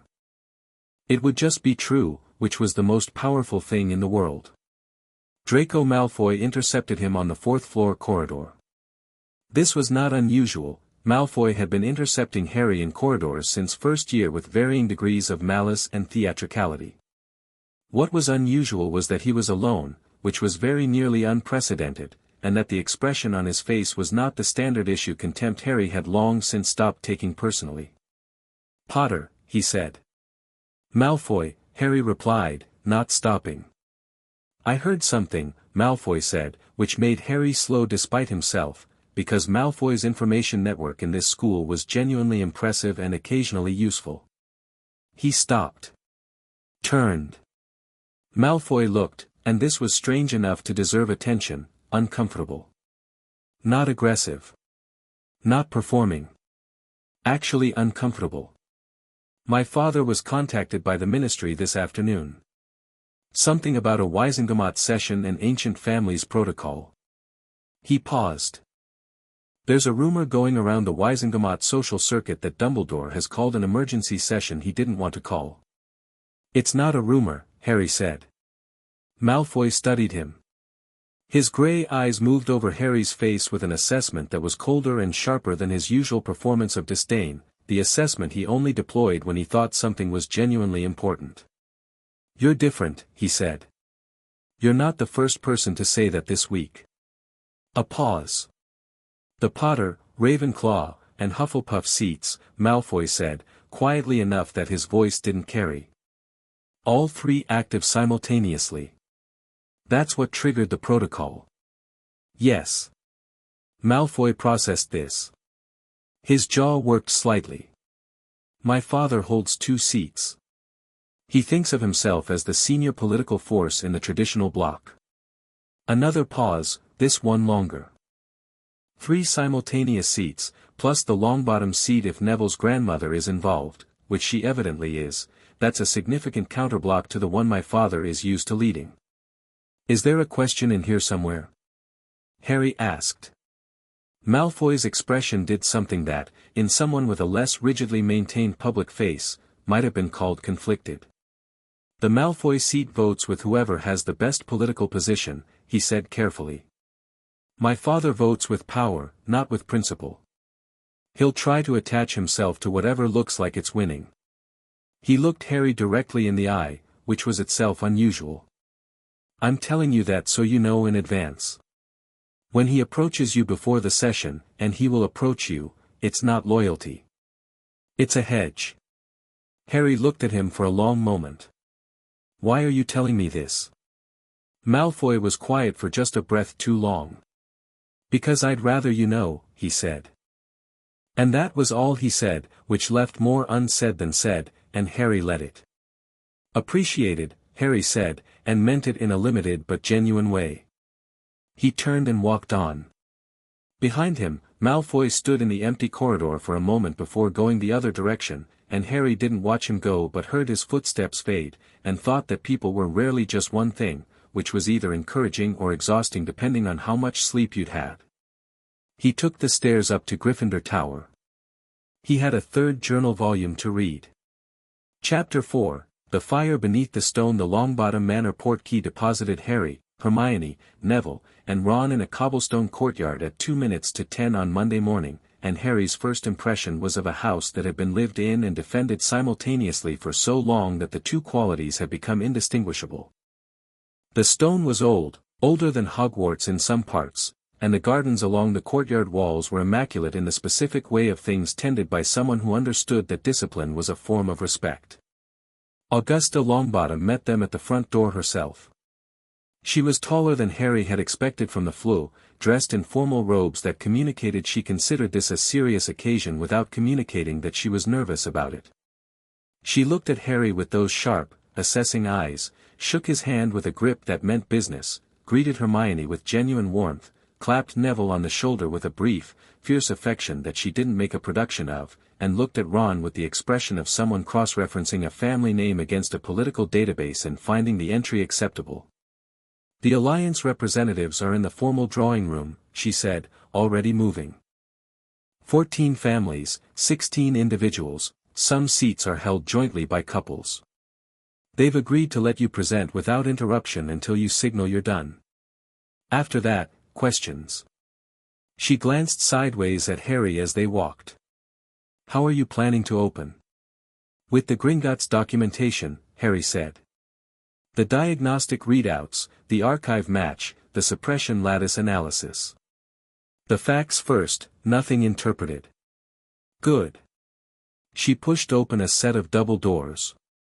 The formal drawing room was large and bright and already occupied by the kind of people who occupied formal drawing rooms by birthright, witches and wizards of various ages in formal robes, carrying the specific quality of those accustomed to political weight. Harry scanned them quickly. Some faces he recognized from the newspapers, some he didn't. All of them watching him with varying combinations of curiosity, skepticism, and the particular alert attention of people who had come because they'd been told something significant was about to happen. He walked to the front of the room without hesitating. He set Ragnok's documentation on the table, the real documents, originals, not copies, because Ragnok had insisted and Harry had agreed, and looked at the room. "My name is Harry Potter," he said. "Most of you know me by reputation rather than fact. I'm going to ask you to set the reputation aside for the next 30 minutes and look at documents instead, because documents don't have agendas." He laid out the case exactly as Ragnok had laid it out to him, but faster, the way you present something when you understand it rather than when you're still absorbing it. The suppression lattice. The 4 lordship seals. The archive match. The guardianship timeline. He put each document on the table as he referenced it, physical and present, and he didn't editorialize and he didn't perform outrage and he didn't ask anyone to feel anything specific. He just showed them the ledger. The room stayed quiet throughout. Not the polite quiet of people being courteous but the deep, specific quiet of a room full of intelligent people processing information they hadn't expected. When he finished, he said, "Questions?" There were many. He answered every one, directly and without deflection, and when he didn't know the answer he said so, and when an answer required him to distinguish between what Gringotts had documented and what he personally inferred, he made the distinction clearly. An elderly witch named Marchbanks, he recognized her from something Hermione had mentioned, former Wisengamot member, asked him twice about the Emrys designation, the second time in a tone that was less skeptical than the first. A tall wizard named Greengrass asked about the legal standing of the Gringotts archive match in a Wisengamot setting, and Hermione, from her seat along the wall, answered that question with 3-sided precedence before Harry could begin, which drew a fractional smile from 2 of the older representatives and a look of genuine approval from Augusta. The questions took 40 minutes. By the end of them, the room had a different quality than when Harry had entered it, not angry, not jubilant, but purposeful. The purposefulness of people who have decided something. Augusta Longbottom brought the room to order with a single raised hand. "We'll take a 30-minute recess for private deliberation," she said. "Lord Potter, if you'd wait in the garden." The garden was cold but pleasant, the kind of cold that felt clean rather than punishing. Harry stood on the path between 2 borders of late autumn herbs, hands in his pockets, and Hermione came to stand beside him while Ron and Neville remained near the door. "Marchbanks," Hermione said quietly. She was the examiner who gave Dumbledore his newts. She's known him for decades. "I noticed she was careful," Harry said. "She's not against you. She's processing grief alongside the information." Hermione paused. "Greengrass will vote with you. Bones will vote with you. Her niece is in our year, she's been personally worried about ministry competence since last year." The two I'm uncertain about are Fletcher and Nott. Nott's connected to Voldemort's inner circle, Harry said. He might vote against on principle. He might vote with you if he thinks it destabilizes Dumbledore enough to benefit his side, Hermione said, which was less comfortable but more accurate. I don't want that vote, Harry said simply. Hermione looked at him. You might not be able to control which motives produce which votes. No. But I can control whether I've made any deals that compromise what I'm doing. He turned a stone over with his foot, watching it settle in the gravel. If Nott votes with me because he hates Dumbledore, that's his business. I'm not making it my strategy. She was quiet for a moment. Your grandfather's journal, she said. The third volume. You read it last night? Most of it. And?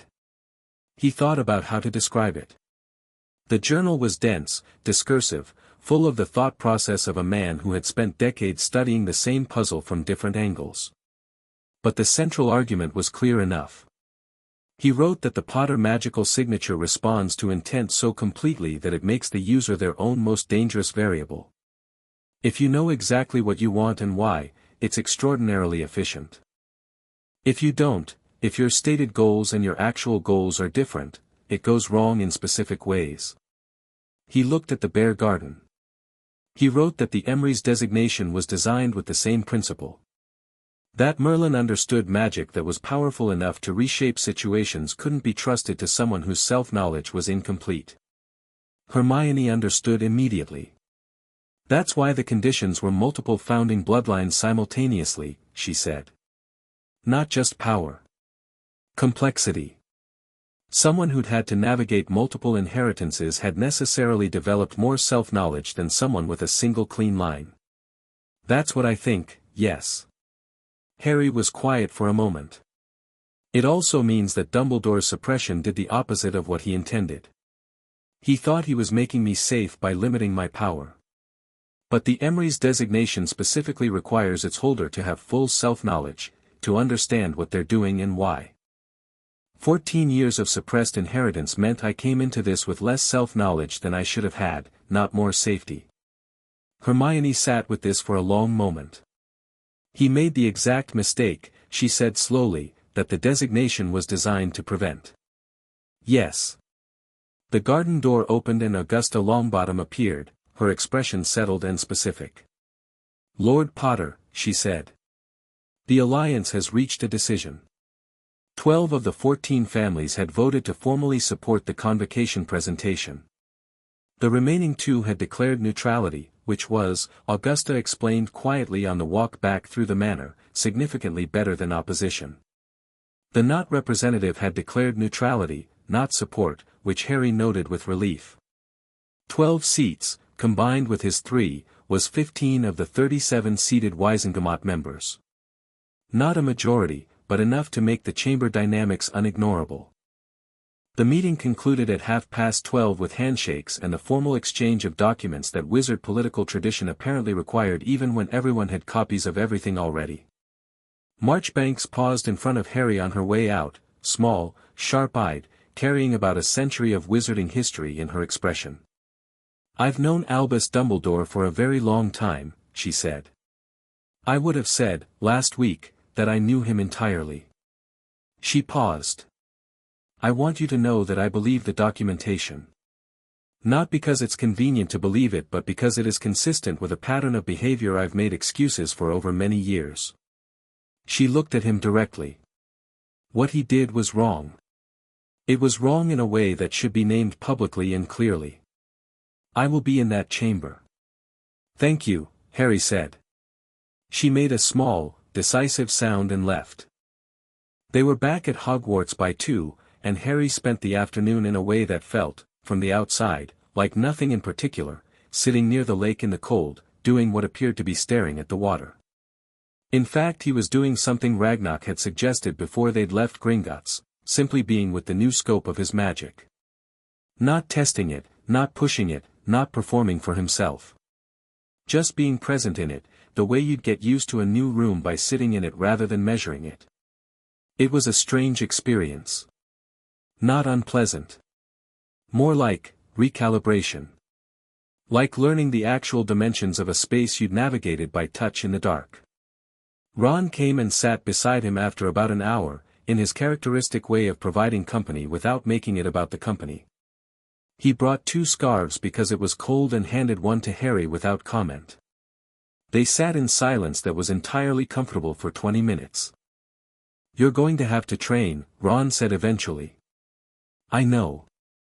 Properly. Not just defense lessons." Ron turned a pebble over in his fingers. "Because there's the Wisengamot thing, and that's the legal and political side of it, but there's also Voldemort. Who is presumably not delighted about this." "Presumably not," Harry agreed. "So what are you going to do about the training?" "Ragnok mentioned someone," Harry said. "A goblin ward mage named Stoneback. Apparently the best combat magic practitioner in the bank. He said Stoneback had been offering to train human practitioners for 30 years and hadn't found one worth his time." He paused. "He seemed to think I might change that assessment." Ron looked at him. "A goblin war mage. Goblin warrior mage. Right." Ron considered this. "Can I come?" Harry looked at him sideways. "To train with a goblin warrior mage who has rejected every human practitioner for 3 decades. Yeah." A pause. "I'll ask," Harry said. Ron seemed to consider this a solid outcome. The letter to Ragnok went out that evening, and the reply came back Wednesday morning, not by owl but by the same grey Gringotts courier bird, which had apparently been assigned as a dedicated messenger for Harry's account because Ragnok was the kind of person who made structural adjustments without announcing them. The letter was brief. Stoneback would come to Hogwarts on Thursday evening. He would assess Harry. If he found what Ragnok expected him to find, training would begin immediately. His requirements were, a space at least 40 feet in every dimension with no portraits, no monitoring enchantments, and no interference. He considered interference an insult and would leave if he encountered it. Harry took the letter to Professor Sprout, who turned out to know about a disused training hall on the 7th floor adjacent to the room of requirement that had been closed for 20 years following a structural ward failure that had subsequently been repaired but never reassigned. She gave him the access sequence without asking questions, in the same way she'd given him her fireplace, with the expression of someone who had decided to be useful and found it clarifying. Harry checked the hall that evening. 42 feet long, 38 feet wide, 20 feet high, with repaired structural wards and absolutely no portraits. He stood in the middle of it and cast the standard monitoring enchantment detection spell he'd found in one of the books Hermione had retrieved from the restricted section, a spell that shouldn't have been in his current academic range and which he performed now with the ease of breathing, the magic responding to the intent behind it rather than requiring the kind of labored conscious direction he'd always needed before. The spell spread through the room like water through cloth and found nothing. He cast it again, more broadly, checking the walls, floor, and ceiling separately. Nothing. He lowered his wand and looked at his hand for a moment. He'd expected to feel the difference more consciously, expected it to feel like wielding something new. Instead it felt like finally being able to speak clearly in a language he'd always understood but only been able to whisper in. The words were the same. The voice was just finally his. He ran through a series of the spells he knew, standard Hogwarts curriculum, nothing exotic, and felt each one land with a precision and economy he'd never experienced. No excess. No overextension. No residual drain. The magic went exactly where he aimed it and stopped exactly when he was done, clean as a bell note. He stood in the quiet hall and felt, for the first time in his life, what it was like to be entirely himself. Stoneback arrived Thursday at 7 in the evening, and his arrival announced itself before he appeared, a quality of attention in the corridor outside the training hall, a presence that preceded the body, the way the weather changes before the storm is visible. He was shorter than Harry had expected, broad, with the dense physical solidity that characterized goblin warriors, his skin a deep grey-brown, his eyes very black and very still. He wore no formal Gringotts attire.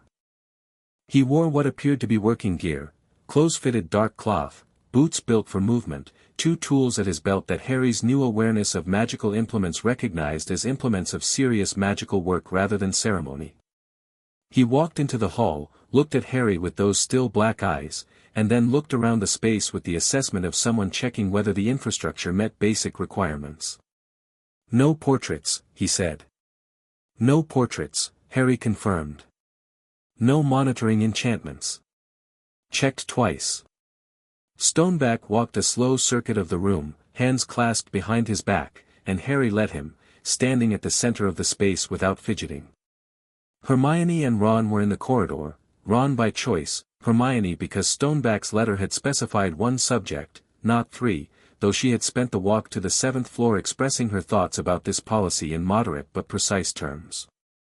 Stoneback completed his circuit and came to stand before Harry. He was a foot shorter and looked directly up into Harry's face with the disregard for height differential of someone who had never considered it relevant. "Show me a shield charm," he said. Harry raised his wand. "Protego." The shield bloomed, silver-white, solid. Stoneback hit it immediately with something that was not a standard Hogwarts spell, sharp, compact, carrying a weight that Harry felt through the shield like a physical impact, like catching a medicine ball. The shield held, bent slightly inward at the impact point, and redistributed. Harry didn't move his feet. Stoneback was already casting again. 3 rapid spells, different types, different angles. Harry redirected the shield to meet each one, not reforming and recasting but bending and angling the existing construct, which he hadn't consciously known he could do until he was doing it. Stoneback stopped. He looked at Harry's shield. He looked at Harry. "Drop it," he said. Harry dropped it. "Cast something destructive." "Your choice." Harry thought for a half-second, then cast a reductor curse at the far wall, not with the careful, deliberate effort that spell had always required before but with the clean directness of intent, and the stone at the far end of the room cracked in a neat, deep line. Stoneback walked to the crack, examined it, touched the edges with one finger. He turned. Again. Same spot. Harry cast again. The crack became a crater, stone dust settling in the quiet. Stoneback came back to the center of the room. He stood before Harry and was quiet for a long, specific moment. "Your wrist," he said. "You're still using it as a conductor. That's a habit from when the magic was limited, you over-directed because you had to work harder than the magic wanted to. You don't need to do that anymore." Harry thought about this. "How do I stop?" "By understanding what the wand is for." Stoneback moved to stand beside him, not in a teaching position but alongside him, both looking at the same space. "Humans with wands think the wand is the source. It isn't. It's a focus, it narrows intent into precision. The source is you, it has always been you, and right now yours is," he made a brief sound that was assessing. "Considerable. So the question isn't how to make the magic strong enough. The question is how to direct something large through something small without losing what makes it large." "Water through a nozzle," Harry said. "Yes. Except in your case you have 4 rivers and 1 nozzle." He picked up one of the tools from his belt, a flat, dark piece of shaped material that Harry's instincts read as stone but which was not stone exactly. "We'll start with control exercises. Not strength. You have enough strength. What you don't have yet is finesse at your actual scale." He set the flat stone on the floor between them. "Don't move it. Change its temperature." Harry looked at it. He raised his wand, thought about warmth, and paused. Because he understood what Stoneback had said about the wand, and he tried something different, he thought about the stone being warm the way he'd think about wanting something to be different, not the way he'd think about casting a spell. An intent rather than a directive. The stone glowed faintly orange-red at the center, heating from the inside outward. Stoneback looked at it. "You've done that before." "Not deliberately." "No. That's the Emrys quality, intent native magic. You're going to be very difficult to train in the traditional sense. He didn't sound displeased about this. Which means I'm not going to teach you technique. I'm going to teach you awareness, and the technique will follow. He looked at Harry. Most human practitioners build their magic outward from the wand. You build it inward from the intent. Do you understand the difference? I think so. Show me you understand it. Don't cast anything. Just, change the room. Harry was quiet for a moment.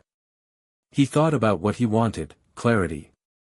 He thought about the room not as a space he was in but as an extension of awareness, the way the pensive had felt like an extension of attention rather than a separate location. The dust on the floor settled flat and still.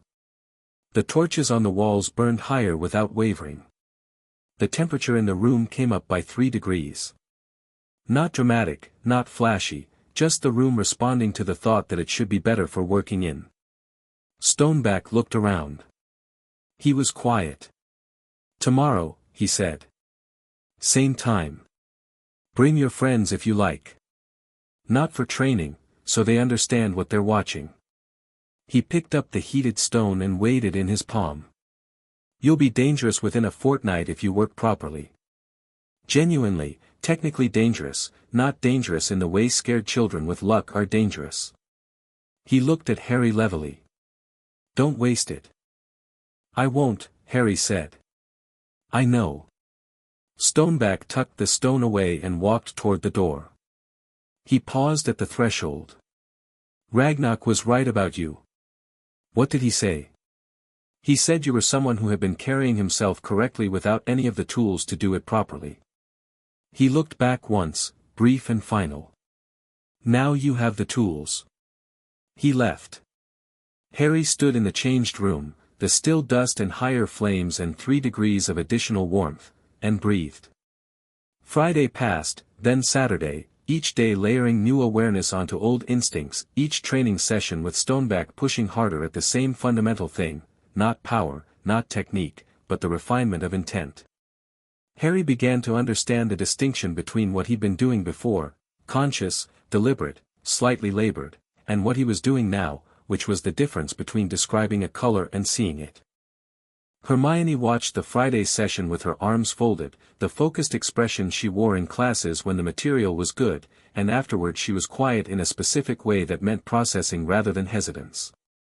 You're not going to be beatable by standard Hogwarts dueling anymore, she said, on the walk back. Probably not, Harry agreed. Does that concern you? He thought about it honestly. No. What concerns me is making good decisions about when to use it. He paused. Stoneback said something today about what he called the difference between power in reserve and power in action.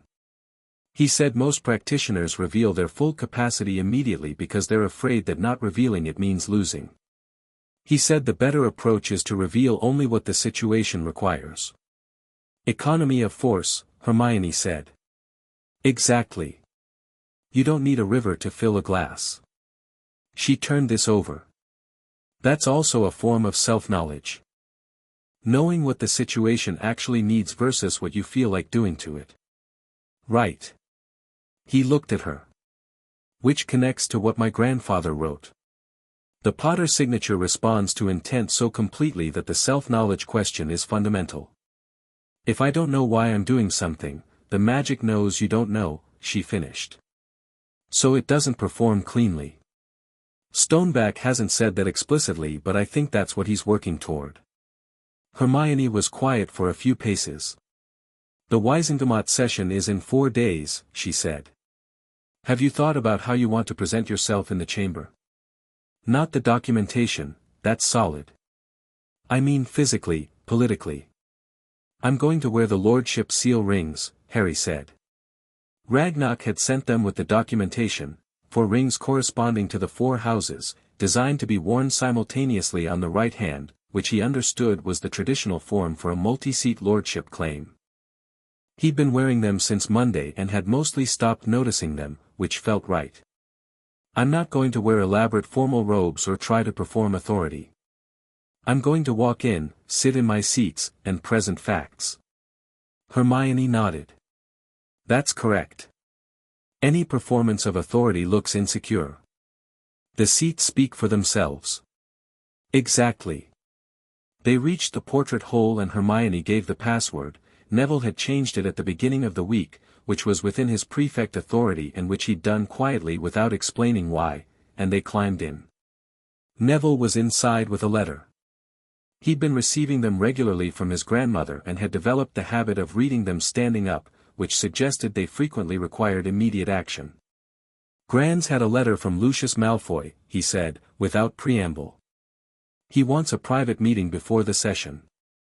Which she declined, Harry said, not quite as a question.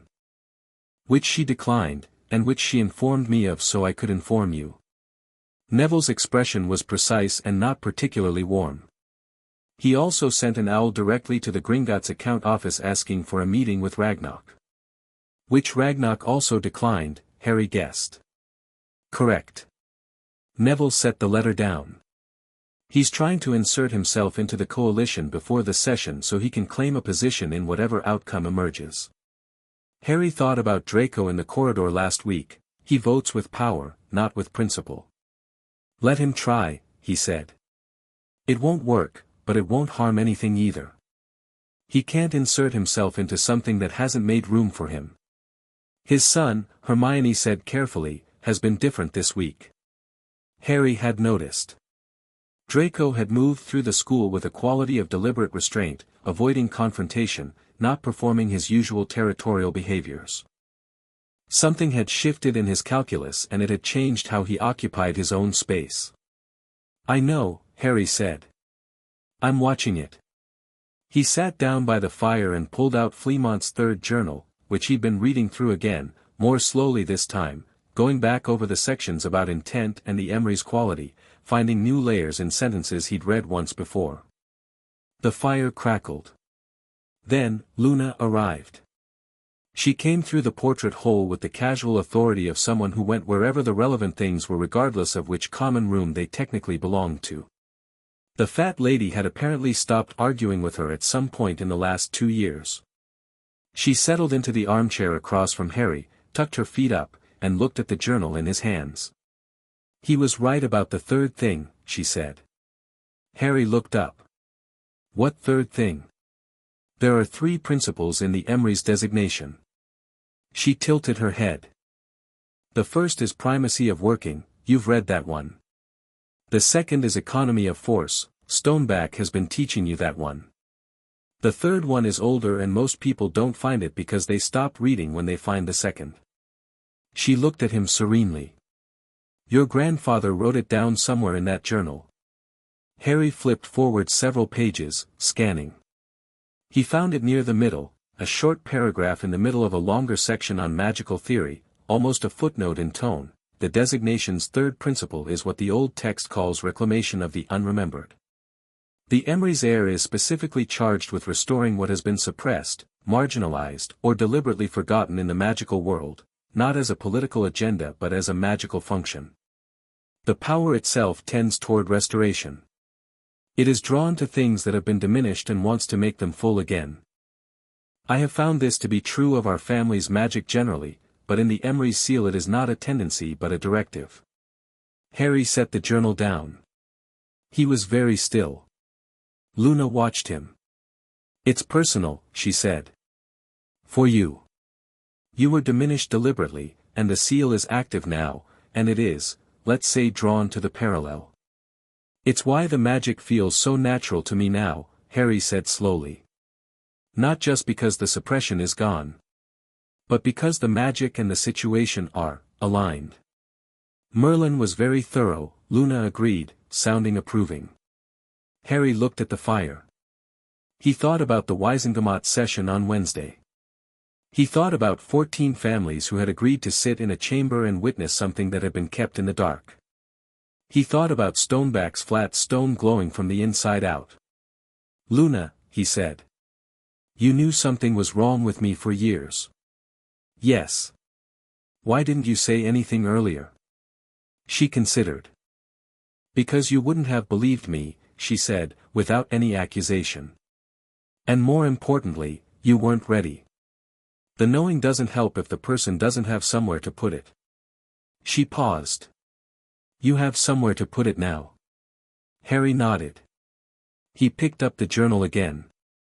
Read the paragraph again. Let the third principle settle into the same place the first two had settled, somewhere beneath conscious thought, in the foundation of it. Reclamation of the unremembered. He thought about his mother's family, squib descended, the Hufflepuff line dormant for 3 generations, royalty payments sitting in an estate account for 30 years while the people they belonged to lived as muggles without knowing. He thought about Helena Ravenclaw-Selwyn, 11 generations back, her line narrowed to a single thread. He thought about Merlin writing a designation document on material that wasn't parchment, in a language that was 2 languages simultaneously, and choosing his heir not by power alone but by position, by the specific combination of inheritances that would place someone exactly at the intersection of all the things that needed restoring. He thought about Voldemort, distantly, the way you think about weather, a reality that requires preparation rather than a subject that deserves to dominate the room. And then the fire made a sound that was different, sharper, a crack of wood, and the common room door opened and Ron came in from wherever he'd been, and he had the particular look on his face that meant something had happened. Hedwig just brought something, he said. He held out a small, dark envelope. No seal. Plain parchment. It was addressed to you but the handwriting is, he stopped. I don't know whose handwriting it is. Harry took it. Opened it.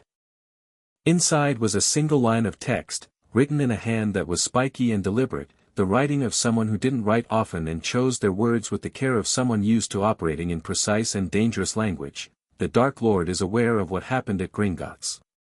He is recalibrating. You have perhaps 2 weeks before he moves. Do not waste them. No signature. Harry read it twice. He turned the envelope over. Nothing. Hermione was reading it over his shoulder. The handwriting, she said quietly. Could be any number of people in Voldemort's circle who might have a reason to warn you. She paused. Or who want you to think you have less time than you do. It's real, Harry said. He wasn't certain how he knew, but he was certain. Not the note itself, the situation it described. It was logical. Voldemort had been rebuilding since the graveyard last year, had been patient and careful, and the emergence of an heir with 4 active founding lordships was exactly the kind of development that would require recalculation. 2 weeks, Ron said. He wasn't scared. He was thinking. The Wizengamot session is in 4 days. Training with Stoneback is, how far along are you? Far enough, Harry said. Be more specific. Harry thought about the session with Stoneback that afternoon, the last drill, a full-speed defensive sequence against 6 simultaneous attack patterns that Stoneback had deployed without warning or announcement, the kind of scenario designed to reveal gaps, and Harry had closed every gap not by thinking faster but by intending more completely, and Stoneback had ended the session by saying nothing, picking up his tools, and nodding once on the way out, which was the Goblin warrior equivalent of a standing ovation. Far enough, he said again, and this time Ron heard the weight behind it and accepted it. Hermione was looking at the note. We need to tell Ragnok, she said. He needs to know the timeline. Tomorrow morning, Harry agreed. First thing. He folded the note and put it in his pocket with his grandfather's journal and the 4-ring weight of his right hand and the third principle sitting in his chest like an ember. Reclamation of the unremembered. 2 weeks. He'd better not waste them. Chapter 5 Old Magic, Old Names. The letter to Ragnok went out before breakfast Saturday morning and the reply came back by noon, not a letter this time but Ragnok himself, arriving via a port key that deposited him in Professor Sprout's office with Sharpclaw at his side and a leather satchel that contained, Harry would discover, more paperwork than seemed physically possible for its size. Professor Sprout looked at the 2 goblins in her office, looked at Harry, and said, Greenhouse 3 needs repotting today, in a tone that meant she would be extremely unavailable for the next several hours and wished everyone well. She was gone before Ragnok had fully oriented to the room. They convened in the empty training hall. Ragnok read the anonymous note twice, held it up to the light, turned it over, and handed it to Sharpclaw, who performed 3 diagnostic spells on it in rapid succession with the brisk efficiency of someone who had assessed a great many suspicious documents. "No tracking enchantments," Sharpclaw said. "No identity trace. The parchment is standard grade, available at any wizarding stationer. The ink is also standard." She paused. "The spell used to write it, however, is not standard. It's a calligraphy charm from the early 17th century, very old, not in common use. It obscures the natural handwriting of the writer completely while preserving letter formation. Someone who knew they might be identified by their handwriting," Hermione said. "Someone accustomed to operating carefully," Ragnok agreed. He looked at Harry. "The content, however, is it accurate? Is he aware?" "I think so," Harry said. "Voldemort isn't passive. The graveyard last year, the tournament, all of it was careful planning across years. The moment Gringotts sent the notification to Dumbledore, there were at minimum 3 other people who knew about it within hours. Dumbledore's network isn't sealed." "It's not," Ragnok confirmed. "We've been conducting an internal review of our notification procedures since Monday. Not because we believe there's a deliberate leak within Gringotts, but because we believe Dumbledore's communication network is wide enough that news of this kind travels to unexpected places." He sat. "The question is what Voldemort's recalibration looks like. He's been rebuilding since his return. The prophecy shaped his approach to you for years, the idea that you were manageable, that your survival of the killing curse was luck and maternal magic rather than an indication of what you actually are. And now that picture has changed," Harry said. "Dramatically. For active lordship seals, the Emrys designation, a public Wizengamot action 3 days away." Ragnok looked at him steadily. "You've gone from a symbol he needed to eliminate to a political and magical force he needs to neutralize before it fully establishes itself. The 2-week window in your note is probably accurate. He'll want to move before the Wizengamot session consolidates your standing. Then he'll try something before Wednesday," Hermione said. Her voice was even but her hands were tight in her lap. "Or at the session itself," Sharpclaw said. "A public spectacle that disrupts the proceedings, discredits the process, or simply demonstrates that no institution can protect the people inside it." Harry had been thinking about this since the note arrived. He'd slept on it, turned it over during the morning training session with Stoneback, and arrived at something that felt less like a plan and more like a clarity. "He won't attack Hogwarts before Wednesday," he said. "Too much magical protection, too many witnesses, too much to lose if it fails. He's patient, 4 years of dormancy patient. He won't risk a failed strike on his main target when he can move at the moment of maximum political exposure." He looked at the room. "The session is the target." Ragnok didn't contradict him. Sharpclaw's expression confirmed it as a reasonable assessment. "The Ministry building," she said. "Public access chamber, multiple entry points, the normal security complement which is," she paused precisely. "Optimistic for a security arrangement, given the current threat landscape. Ministry security hasn't faced a real threat in 13 years, Ron said from his position against the wall. He said it without drama, as simple fact, because Ron had grown up in a household where ministry competence was discussed with the unsentimental honesty of people who had seen it operate at close range. They'll have the standard Auror complement for a Wizengamot session, which is 6. And half of them will be more concerned with the political situation inside the chamber than anything happening outside it. Fudge will be panicking, Harry said. The session itself is going to be a political catastrophe for him regardless of external events. He spent 4 years dismissing me and defending Dumbledore. 3 active lordship seats walking into his chamber with documented evidence of institutional wrongdoing is the worst day of his political career. Which means, Hermione said slowly, that the Ministry's response to any external security threat will be degraded by the internal chaos. Yes. Harry looked at Ragnok. I want additional security from Gringotts. Not as a replacement for Ministry Aurors, as a parallel layer that operates independently of Ministry command. Ragnok smiled. It was not a large smile, but it was a real one. "We have 6 ward mages currently without active assignment," he said. "They would be happy to assist. Their presence at a Wisengamot session would be, historically unusual." "Good," Harry said. "Unusual means it won't be in any playbook Voldemort's people are working from. I'll arrange it." Ragnok reached into the leather satchel and produced the first of several documents. There are also preparations for the session itself. The formal presentation sequence, the order of documentation, the procedural invocations. He spread the papers on the floor of the training hall because there was no table, and no one suggested finding one, and there was something right about planning on a training hall floor. "Walk me through how you intend to open." Harry sat cross-legged across from the documents. "I invoke the 3 seats first. Formally, by name. Potter, Ravenclaw, Hufflepuff. The invocation has to be verbal and public for it to trigger the ancient family's protocol record." "Correct. Then I present the Gringotts documentation as primary evidence. Not my account of events, the documentation itself. I'll have 3 copies, one for the chamber record, one for Marchbanks as senior independent member, one for the official transcript."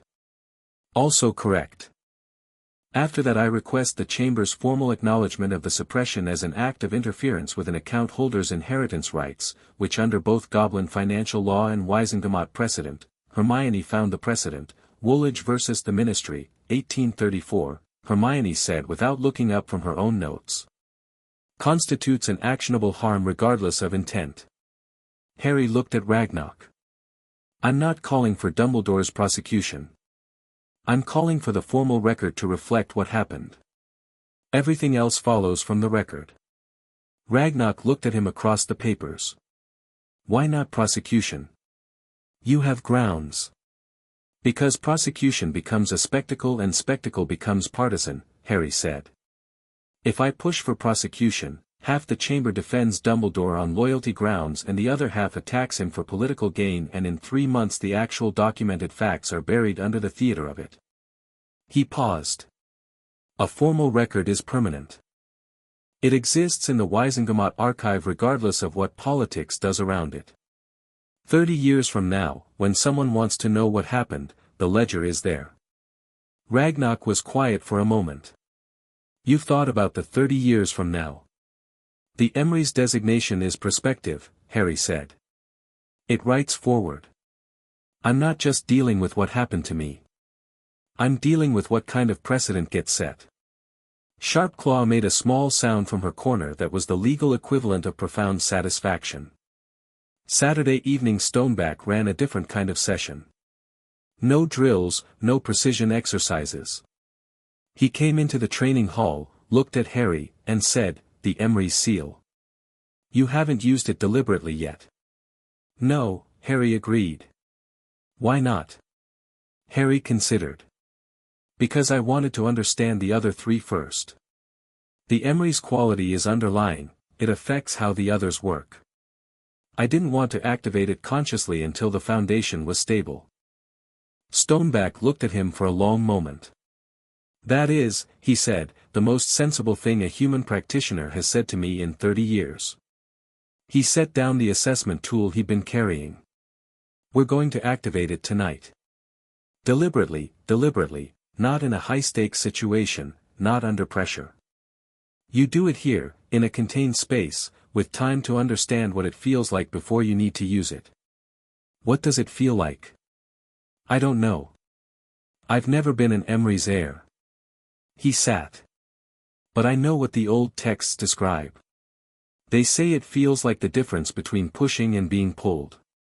External magic is something you push, you generate it, direct it, release it. The Emrys quality is something you allow. The magic already knows what needs doing. Your job is to get out of its way." Harry thought about the training hall at the beginning of the week, the dust settling, the flames rising, the temperature climbing, all without a spell. The room responding to the thought that it should be better. He hadn't been pushing. He'd been thinking, and the thinking had been enough. "I've felt it," he said. "Then you know the direction. Now go further. Harry stood in the center of the hall and thought about what needed doing. Not abstractly, concretely, specifically.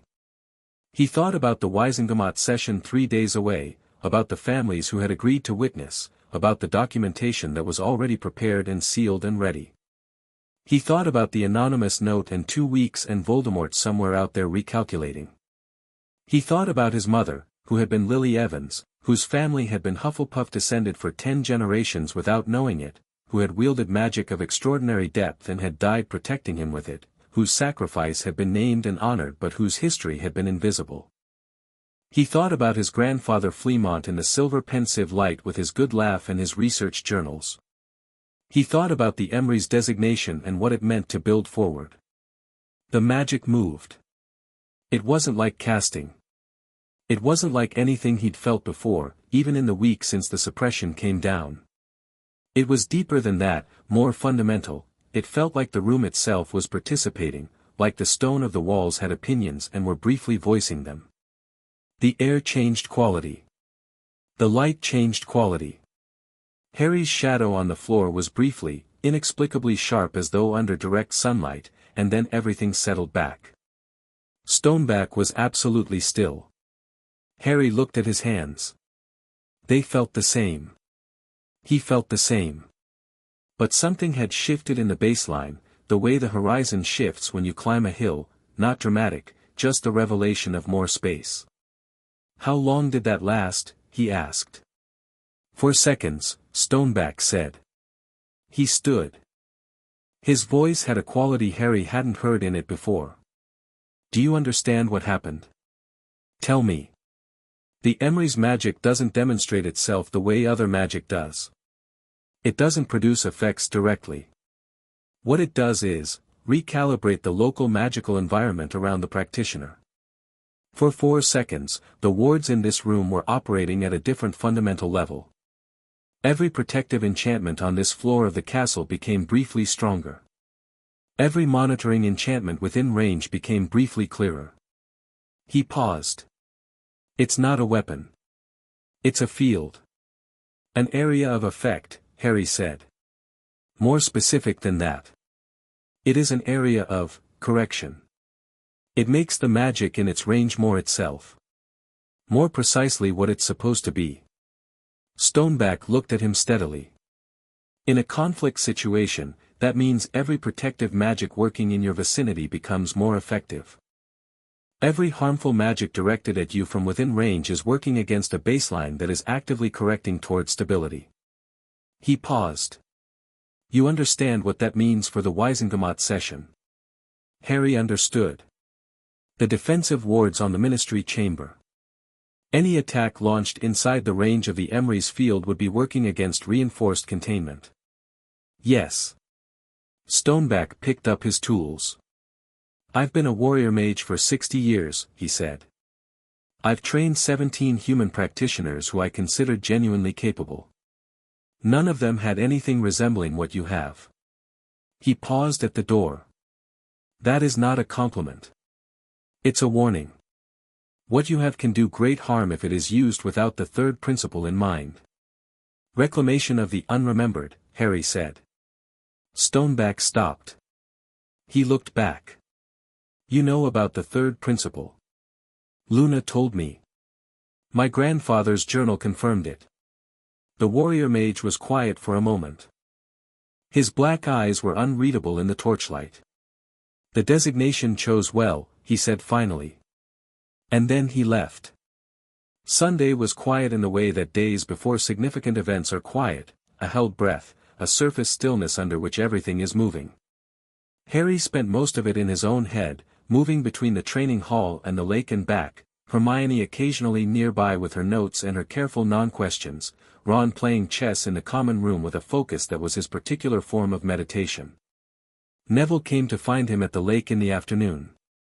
He sat beside Harry on the cold grass without preamble and said, Gran's arrived in London. She's staying at the Leaky Cauldron through Wednesday.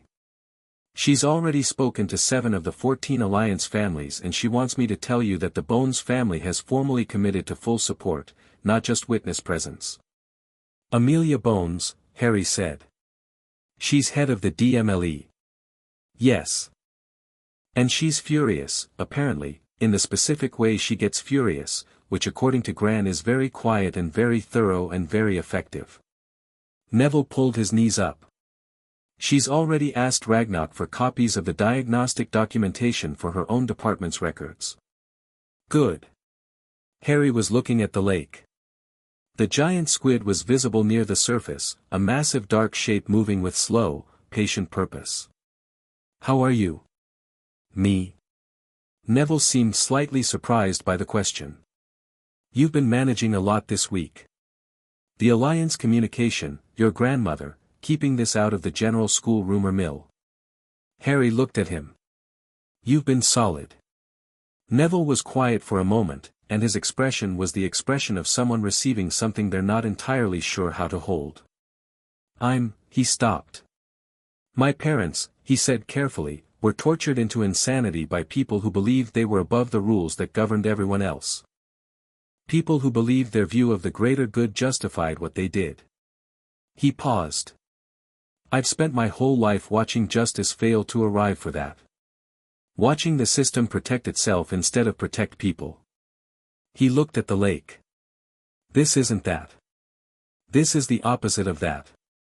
This is the record being set straight in public, in a room that can't claim it didn't know. His voice was controlled and precise, and underneath the precision was something that had been waiting a long time to have somewhere to go. So yes. I'm solid. Harry didn't say anything. Sometimes the right response was to let the words stay exactly where they'd landed. They sat by the lake until the lights started going, and then they went back to the castle. Monday brought an unwanted development. Dumbledore called Harry to his office at 8 in the morning, not by letter this time but in person, appearing in the Gryffindor common room before breakfast with a quality of urgency that he kept carefully on the far side of visible, but which Harry, with his new and very comprehensive awareness, read clearly. The headmaster was concerned about something specific and had decided to address it before the day's momentum made addressing it harder. I won't take much of your time, Dumbledore said, once they were in the office with the door closed. He remained standing again, as he had on Sunday. They had apparently settled into this geometry for their conversations, which Harry found he didn't mind. Equal positioning. No desk between them. The session is Wednesday, Harry said, because directness had worked so far. Yes. Dumbledore looked at him. I need to tell you something that I did not tell you on Sunday, because on Sunday I'm afraid I was still constructing a way to frame it that reflected more favorably on my own judgment than the situation warrants. Harry waited. I was not the only person aware of the suppression blocks, Dumbledore said. The room was very still. Minerva McGonagall did not know, he continued. Nor did anyone on the Hogwarts faculty. The awareness was limited to 2 other individuals, both of whom are now dead. However. He paused. There was a third party who became aware of it approximately 3 years ago, not through my disclosure but through their own investigation. Who? Severus Snape. Harry absorbed this. Of everything Dumbledore might have said, this was simultaneously surprising and, on reflection, logical. Snape was a Legilimens, had been a Death Eater, had access to Dumbledore's confidence in ways that no one else at Hogwarts did. If anyone had the combination of skills and proximity to have detected the blocks, what did he do with that knowledge? Harry asked. He came to me. Dumbledore's voice was careful. He confronted me with it directly, which was, not what I expected. I expected him to either ignore it or use it as leverage. He did neither. He told me that what I had done was wrong and that he would be watching to ensure you received what you were owed when the time was right. Harry thought about Snape. Potions master, constant hostile presence, a man whose relationship to Harry had always been an uncomfortable tangle of his parents' history. A man who was also, as everyone in this castle knew, playing a long and dangerous game at multiple tables simultaneously. He didn't tell anyone else, Harry said. No. He kept it. Dumbledore met his eyes. I'm telling you this because you are about to sit in a public chamber and present this situation, and you deserve to know the full cast of people who were aware of it. Severus will not betray this information to anyone it would harm you with. But he is aware, and you should know that. Harry thought for a moment. Has he said anything to you since Gringotts sent the notification? He came to my office Friday evening. He said. Dumbledore paused. He said it was about time. Harry felt something that might have been humor in another context. Thank you for telling me, he said. I'll speak to Snape before Wednesday. You intend to go to him? Yes. He moved toward the door, and then stopped, because something else had occurred to him. Professor.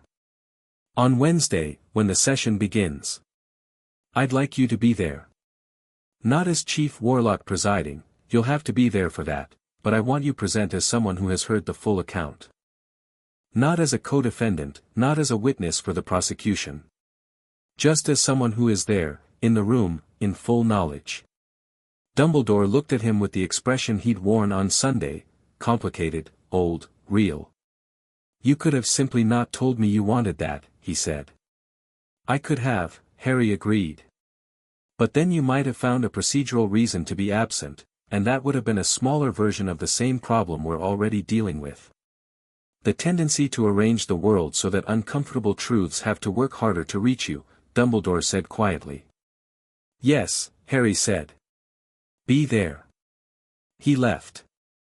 He found Snape in the potions classroom, which was empty of students at this hour, the man moving through a restocking procedure with the economic precision of someone who had done it 10,000 times and found a particular kind of peace in it. Harry walked in without knocking, which was either brave or stupid and turned out to be unnecessary because Snape didn't look up from the ingredient he was cataloging. I was wondering when you'd come, Snape said. Monday morning seemed right, Harry said. He pulled a stool from the nearest work table and sat on it without invitation, which he suspected Snape noted and chose not to address. Dumbledore told me. I assumed he would eventually. Snape set down the ingredient, a dried root of something Harry didn't recognize, and turned. He looked at Harry with the penetrating assessment he always brought to their interactions, but the hostility that usually accompanied it was, not absent, but banked. Subdued beneath something else. You're different. People keep saying that. They're observing a fact. Snape's eyes moved to Harry's right hand, the 4 rings, which Snape clearly recognized. His expression when he looked back up was layered in ways Harry couldn't fully read. The seals are all active. Yes. Including Emrys. Yes.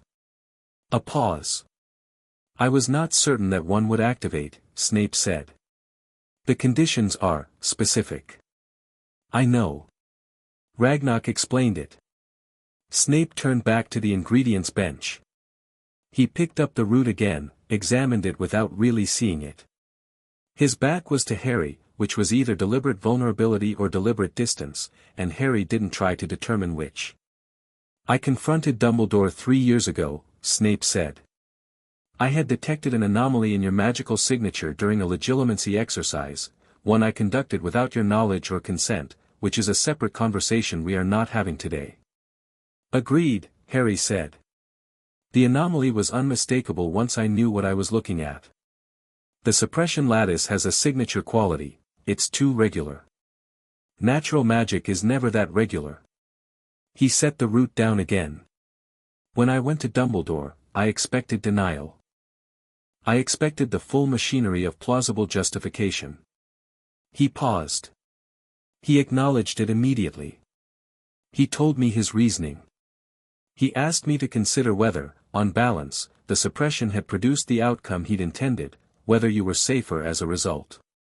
What did you say? I said that a child's magical core is not a policy instrument. His voice was flat and cold. And that the fact that the reasoning was sophisticated made it worse rather than better. Harry was quiet for a moment.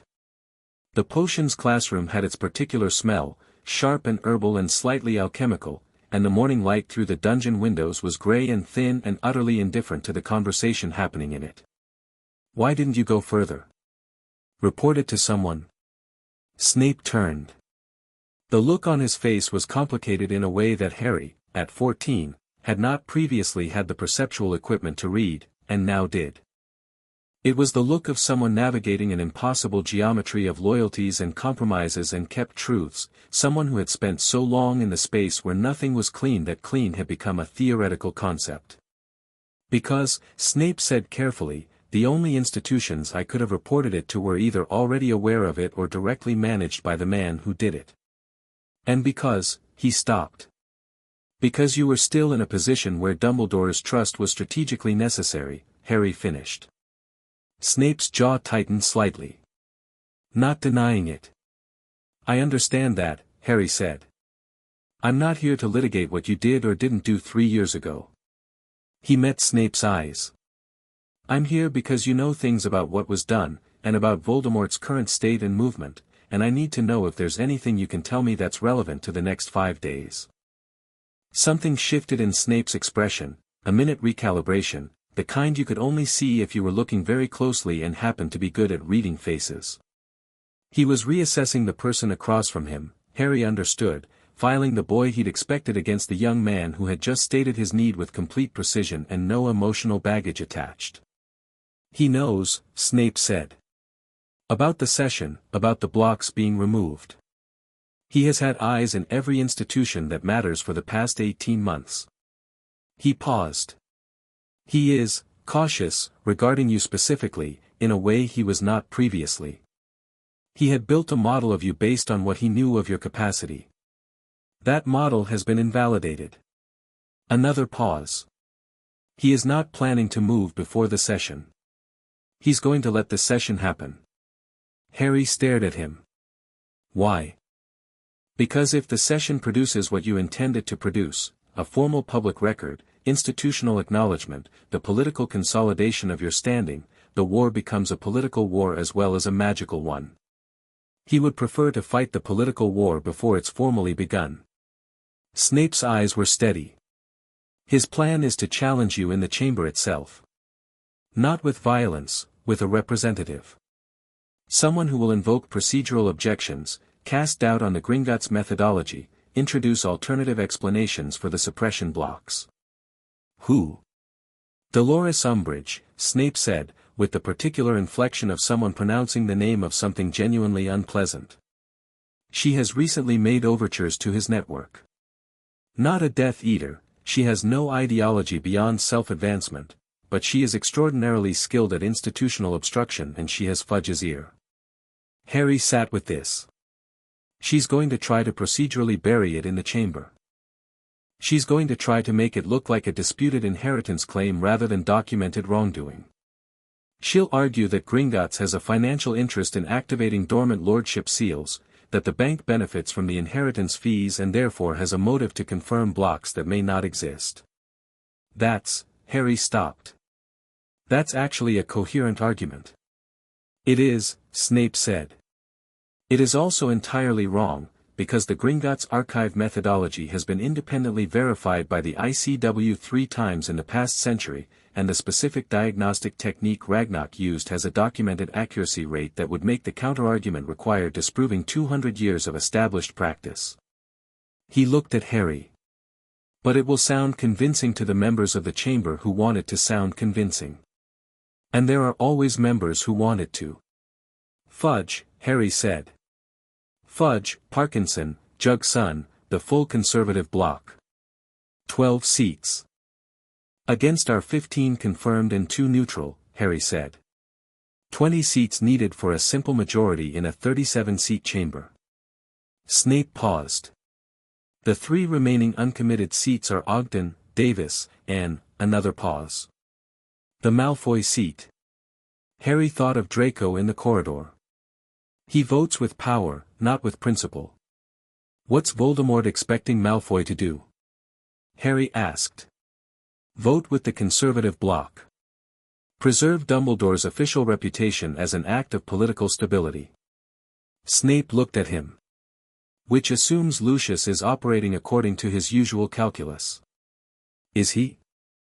I don't know, Snape said, with the honesty of someone accustomed to knowing things and finding the uncertainty notable. Something has shifted in that household recently. I haven't been able to determine the source. Harry thought about a gray-eyed boy standing alone in a corridor saying, "I'd rather you know." "Leave Malfoy to me," he said. Snape looked at him with an expression that contained multiple things: skepticism, reassessment, and something else, something that was almost painful in its complexity. "Potter," he said. His voice was quieter than it had been. "For what it's worth." He stopped. Started again. "Your mother would, I know," Harry said. Snape was quiet. "I know," Harry said again, more gently. "Thank you, Professor." He put the stool back exactly where he'd found it and left.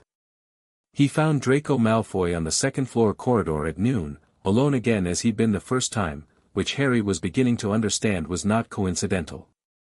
Draco managed his own solitude with care, creating spaces where conversations could happen that his public persona couldn't afford to have publicly. "The session is Wednesday," Harry said, without preamble, because he'd found that with Draco, directness achieved what social navigation couldn't. Draco turned from the window. "I'm aware. Umbridge is going to argue the Gringotts methodology. Your father is probably expecting your seat to vote with the conservative bloc." "Probably," Draco said, in the careful, neutral tone he used when he was choosing each word individually. "The vote isn't going to be close," Harry said. "Not because of your seat. We have 15 committed and the documentation is comprehensive. Umbridge's argument falls apart under the ICW verification record." He paused. "I'm not here to ask for your vote." Draco studied him. "Then what are you here for?" "To give you information," Harry said. "Your father's calculation is that voting with power means voting with the established political alignment. He thinks Dumbledore's official standing can be protected if the conservative bloc presents a unified front." He looked at Draco steadily. "He's wrong. The documentation doesn't leave room for unified fronts to hold. In 5 days this is going to be a matter of public record regardless of how anyone votes. The only question is whether your seat is on the right side of that record." Draco was quiet for a long moment. His expression was doing the thing it did when the public face had been temporarily suspended and what was underneath was something considerably more uncertain and considerably more human. "You're telling me that the political calculation my father is using is going to produce the wrong outcome. I'm telling you that voting against documented evidence to maintain a political alignment with people who are going to lose anyway isn't loyalty," Harry said.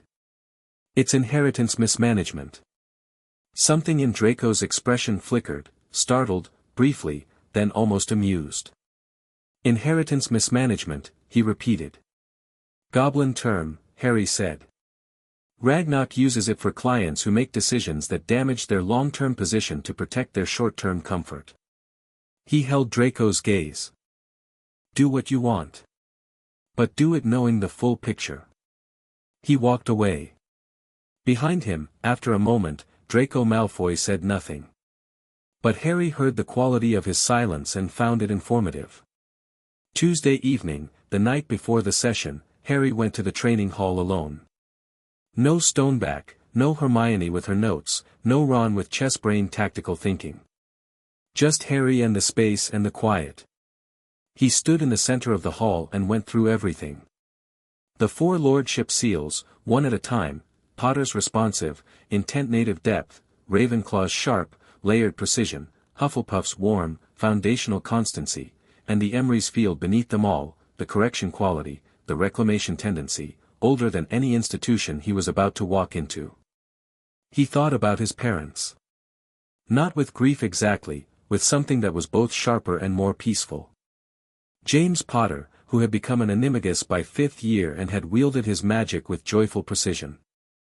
Lily Evans Potter, whose love had been a magical force powerful enough to outlast death itself, whose Hufflepuff inheritance had been dormant in her blood and had expressed itself anyway in everything she did.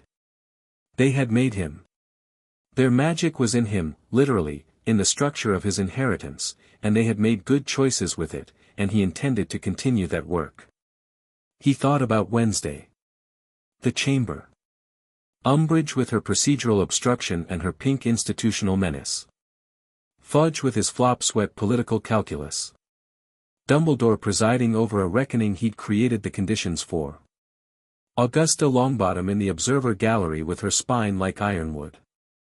Neville in the corridor outside because Hogwarts students couldn't sit in the chamber but could absolutely wait in the corridor. Ragnok in the public gallery with Sharpclaw and 6 ward mages and 200 years of documentation. He thought about the anonymous note. Do not waste them. He hadn't. He stood in the training hall and let the Emrys field extend once, fully, without constraint. For seconds like the first time. The room corrected around him, every ward stronger, every charm sharper, the stone itself briefly more itself than it usually was. And then it settled back and Harry stood in the ordinary room again, the same room, his room, with the cracked wall from the reductor curse and the higher burning torches and the absolute, grounded certainty of someone who knows exactly where they're standing and why. He went back to the dormitory and slept without difficulty, which was the best possible evidence that he was ready. Chapter 6, Lord of Four Houses. The Ministry of Magic at 8 in the morning had the quality of a building that was trying very hard to appear normal. The atrium fountains ran, the golden statues gleamed, the fireplaces discharged their regular stream of witches and wizards in work robes carrying folders and cups of tea. But underneath the normalcy, running through it like a fault line, was something taut and specific, the particular atmospheric pressure of an institution that knows something significant is about to happen to it and cannot decide whether to prepare or pretend. Harry stepped out of the fireplace at 8:15 and felt the atrium around him the way he hadn't felt spaces before the suppression came down, the wards overhead, the monitoring enchantments at the entry points, the subtle directional magic that guided visitors toward the correct lifts. All of it present and legible, like learning to hear a conversation that had always been happening just below your range. Ragnok appeared from the next fireplace a moment later, impeccably composed, followed by Sharpclaw and 4 of the 6 ward mages who had been at sub-level 14, the other 2 were already in the building, having arrived an hour earlier through different access points. Ragnok had explained this arrangement without elaboration, which was how he communicated that the arrangement had been carefully thought through and required no further discussion. Hermione came through next, and Ron, and Augusta Longbottom, who arrived from the fireplace with a momentum that suggested the fireplace had been wise to let her through promptly. Harry looked at Augusta. How many seats confirmed this morning? 15 firm, 2 leaning, she said, already moving toward the lifts. Ogden came in overnight. He lost patience with Fudge over the tournament coverage and he's been looking for a principled exit from the conservative bloc for 2 years. She paused. Davis is still undecided. She's a careful woman. She'll watch the first 20 minutes before she commits. That's enough, Harry said. 15 is enough for the formal record acknowledgement. 17 makes it unambiguous. I'm not trying to win a vote, I'm trying to establish a fact. Augusta looked at him with that sharp, approving quality she'd had since the first flu call. Lord Potter, she said, you are going to do very well today. She walked ahead. Harry followed. The lift descended to level 10, Department of Mysteries, courtrooms, and when the gate opened the corridor was already populated. Witches and wizards in formal Wisengamot robes moved toward the chamber entrance, some in clusters of conversation, some alone, all of them carrying the quality of people who had received the emergency convocation summons and arrived in various states of understanding about what it was for. 3 things happened in quick succession. First, Harry saw Fudge at the far end of the corridor, deep in conversation with a short, broad woman in an extraordinary amount of pink, and even from this distance the quality of the conversation was unmistakably the quality of 2 people calibrating a shared strategy. Dolores Umbridge, face like a toad given formal authority, hands clasped before her in a way that managed to be both demure and predatory. She saw Harry at the same moment he saw her, and her smile arrived like something calculating the distance between them. Second, Lucius Malfoy appeared from a side corridor with the unhurried confidence of someone who had been waiting to make a specific kind of entrance. He was in full formal robes, his cane tapping the stone, and he scanned the corridor with pale eyes before locating Harry and moving toward him with the smooth inevitability of a chess piece executing a planned move.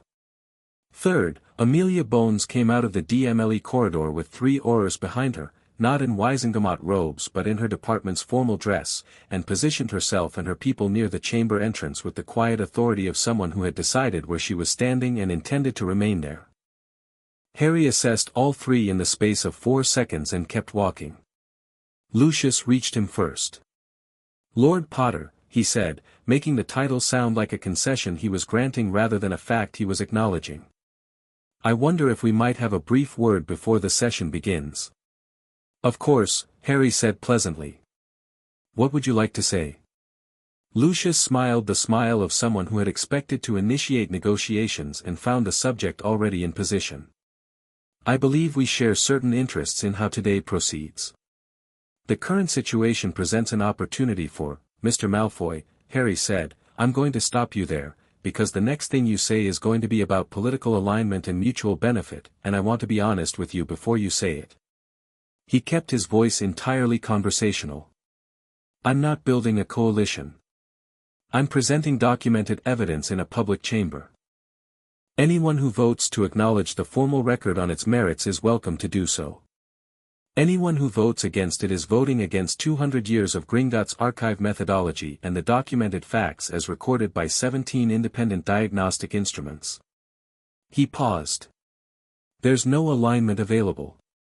There's just the evidence." Lucius's smile thinned by a precise degree.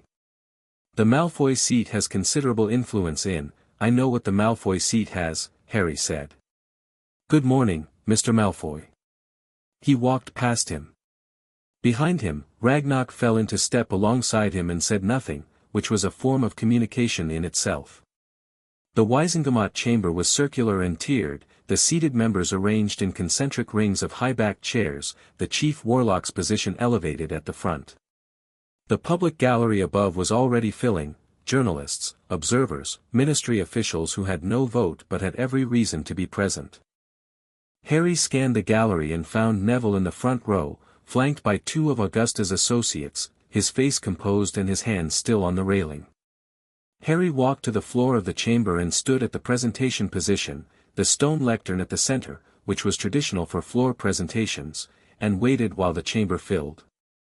Dumbledore entered last, from the chief warlock's entrance, in full Wizengamot robes of deep purple, his expression the expression of someone who had prepared himself thoroughly for this and was discovering that preparation, while necessary, does not actually make difficult things easy.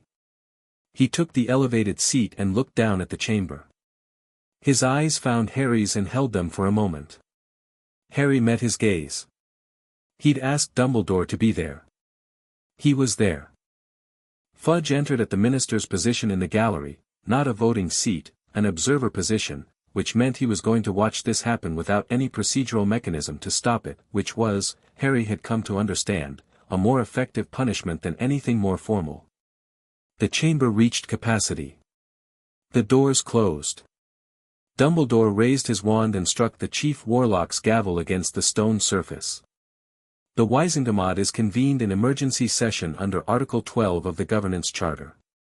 This session has been called at the invocation of a multi-seat ancient family claimant under Article 12, subsection 3. The claimant has first right of floor for 2 items. He paused. "Lord Potter." Harry stepped to the lectern. The chamber was very quiet. "I am Harry James Potter," he said. His voice was steady and carried to the top row of the gallery without effort, which was something new, the Emrys quality in something as simple as speaking, the words reaching exactly as far as they needed to. "I formally invoke the Potter Lordship seat, the Ravenclaw Lordship seat, and the Hufflepuff Lordship seat, simultaneously and in full, under the ancient family's protocol. I request that the chamber recorder note the invocation and timestamp."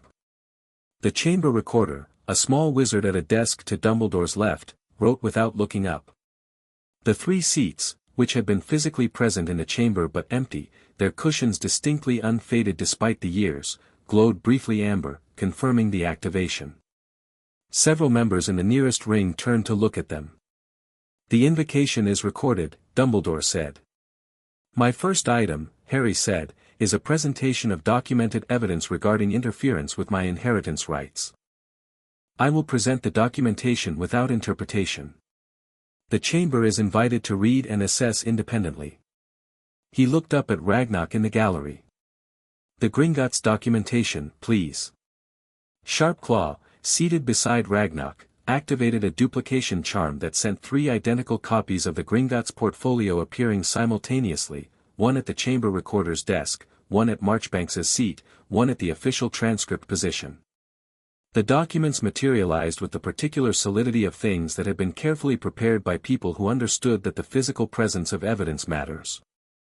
Harry presented the case. He had rehearsed it and he had not rehearsed it, he knew the facts completely, had lived them, had spent a week thinking about nothing else. What he hadn't rehearsed was the tone, because the tone couldn't be rehearsed, it could only be true. He was not angry in his delivery. He was not performing wrongdoing. He laid out the facts the way Ragnok had laid them out to him in Sublevel 12, with the same clean directness, the diagnostic results, the suppression lattice, the archive match, the guardianship timeline. He spoke for 12 minutes. When he finished, the chamber was quiet in the way that chambers are quiet when a great many people are simultaneously processing something that is landing differently than they expected. Umbridge moved first.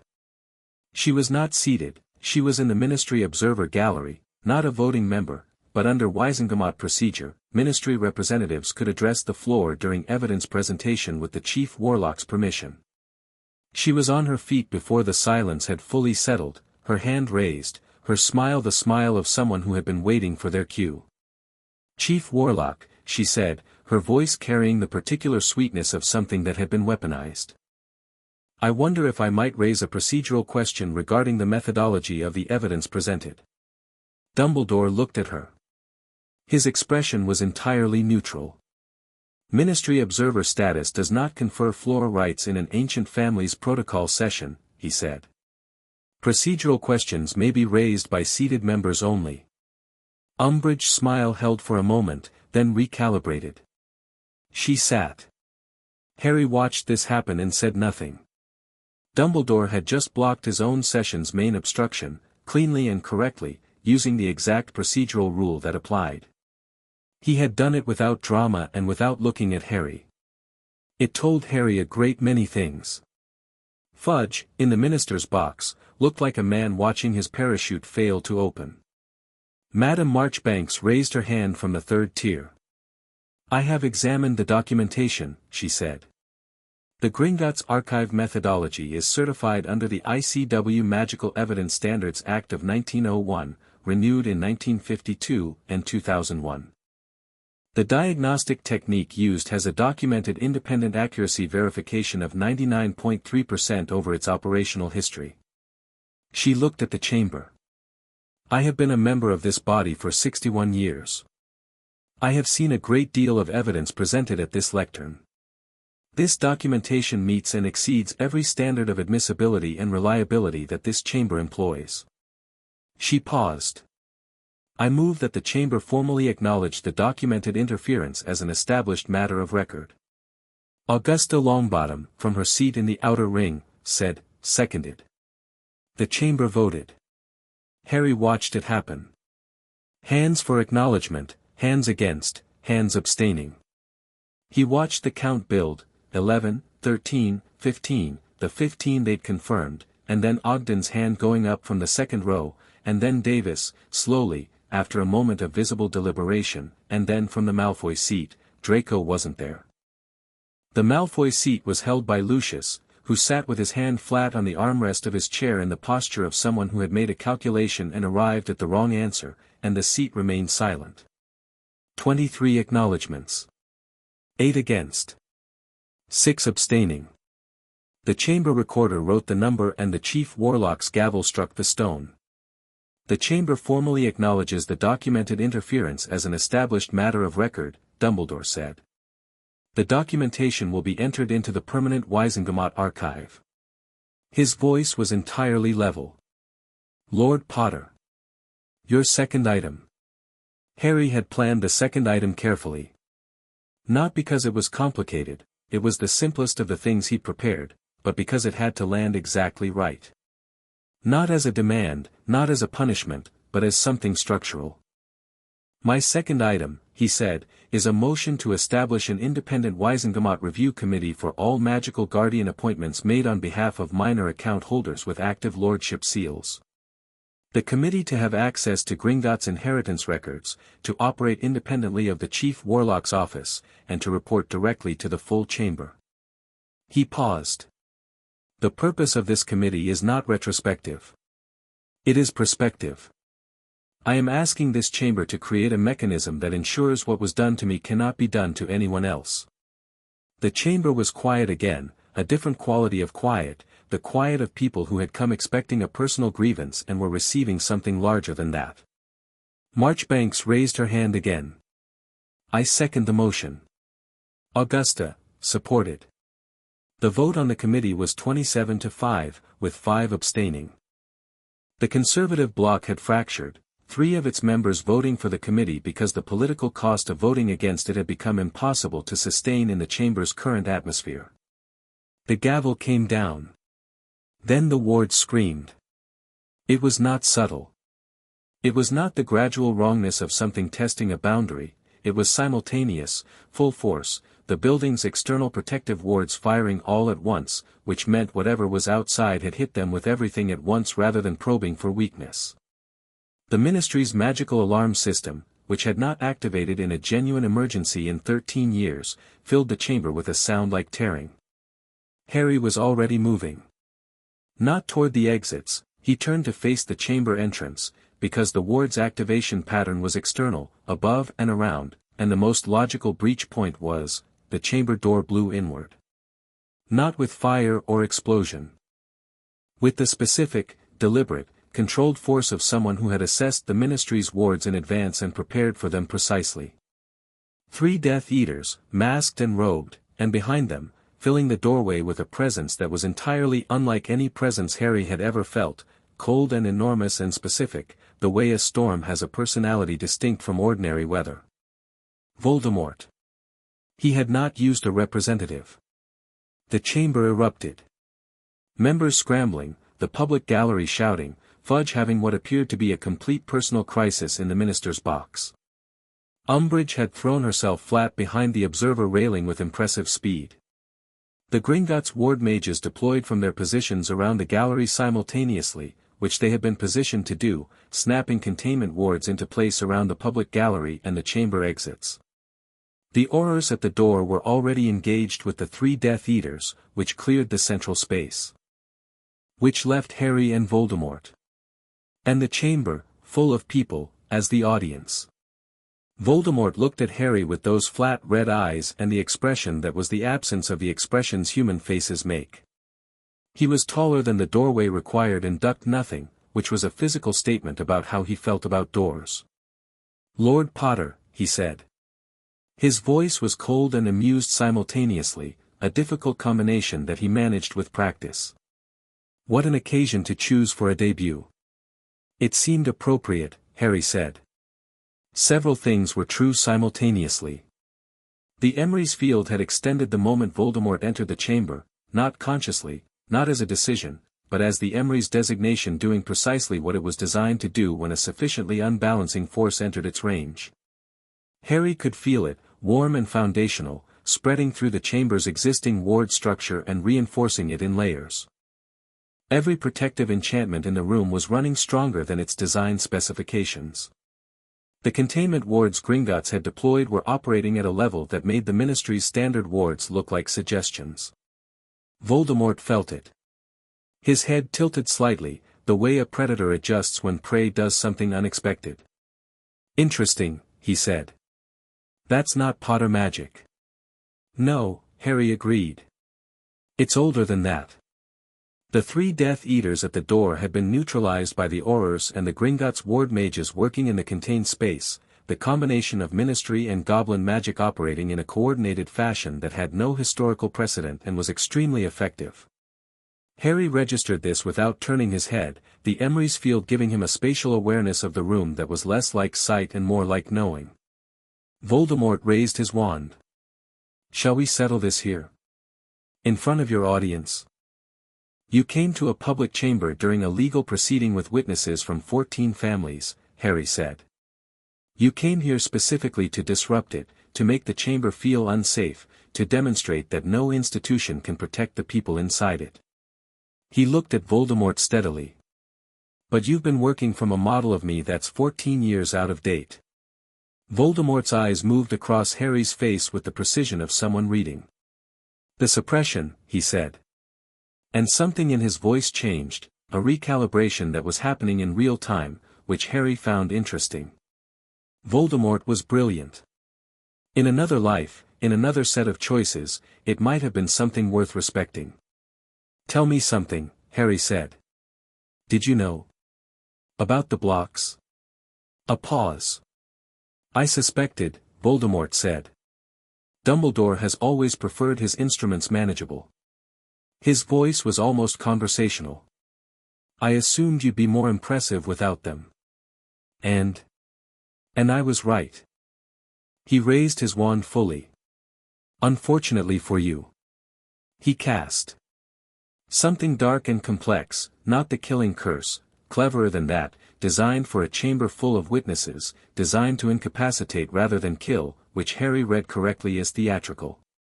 Voldemort wanted him alive and defeated in this room. A propaganda image. The boy who lived, Lord of 4 houses, on the floor of his own triumphant legal proceeding. Harry didn't raise his wand. He let the Emrys field respond. The spell hit the corrective field at full force and the field did what it did, it recalibrated. It took the spell's energy and redirected it toward stability, the way a flooding river is redirected by a properly built channel. The dark curse dissipated into the ward structure, neutralized not by opposition but by being converted into something that the surrounding magic absorbed and used. The containment wards on the chamber exits burned briefly brighter from the excess energy. Voldemort stared at the space between them. That's not a shield charm, he said. No, Harry said. It's a correction field. It doesn't block spells. It recalibrates the magical environment around me toward stability. Anything directed at me that is fundamentally unbalancing, harmful, destructive, wrong in the Emrys sense of wrong, encounters a baseline that is actively working against it. He raised his wand now. But this, he cast. Not a complex spell. Not a dark one. A disarming charm, which was such a basic spell that casting it at Voldemort should have been absurd. Except that it left Harry's wand with the full weight of 4 active lordship seals and the Emrys designation behind it, focused through the intentnative Potter signature with the precision of Ravenclaw and the grounded force of Hufflepuff, and it hit Voldemort with the force of everything that Harry Potter actually was. Voldemort's wand left his hand. The silence in the chamber was absolute. It lasted perhaps 2 seconds before Voldemort did the thing extremely powerful dark wizards do in moments of tactical failure. He moved immediately, without ego, without the hesitation of someone unwilling to acknowledge they'd miscalculated. He reached for the depth of his magic in the same moment Harry's disarming charm registered its effect, clearly intending to act wandlessly. Harry was already there. He cast a binding in that moment, not the standard Incarcerus, but the Potter variation his grandfather's journal described, the version that responded to the caster's intent rather than the formal spell structure, and what Harry intended was very clear and very simple: stop. The binding hit. Voldemort slowed, fought it, the cold power of him enormous and undeniable, and Harry poured more into it, not more volume but more intent, clearer, sharper, the absolute precision of someone who knew exactly what they wanted and why they wanted it. The Emrys field expanded around the binding, reinforcing it, the correction quality working against the fundamental unbalancing force of Voldemort's resistance the way it had worked against the dark curse. Voldemort stopped. Not completely neutralized. Not harmless. He was too powerful for that, even wandless, even bound. But he was stopped, held in the binding with every measure of Harry's full capacity working to maintain it, and it was enough, not forever, but enough. Horrors! Amelia Bones's voice cracked through the chamber from the gallery, clear and commanding, and the Aurors who had dealt with the Death Eaters at the door turned and were moving before the word finished.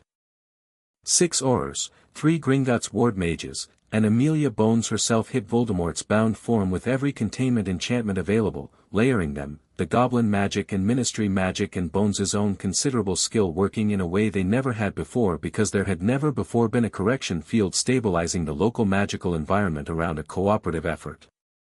It held. It actually held.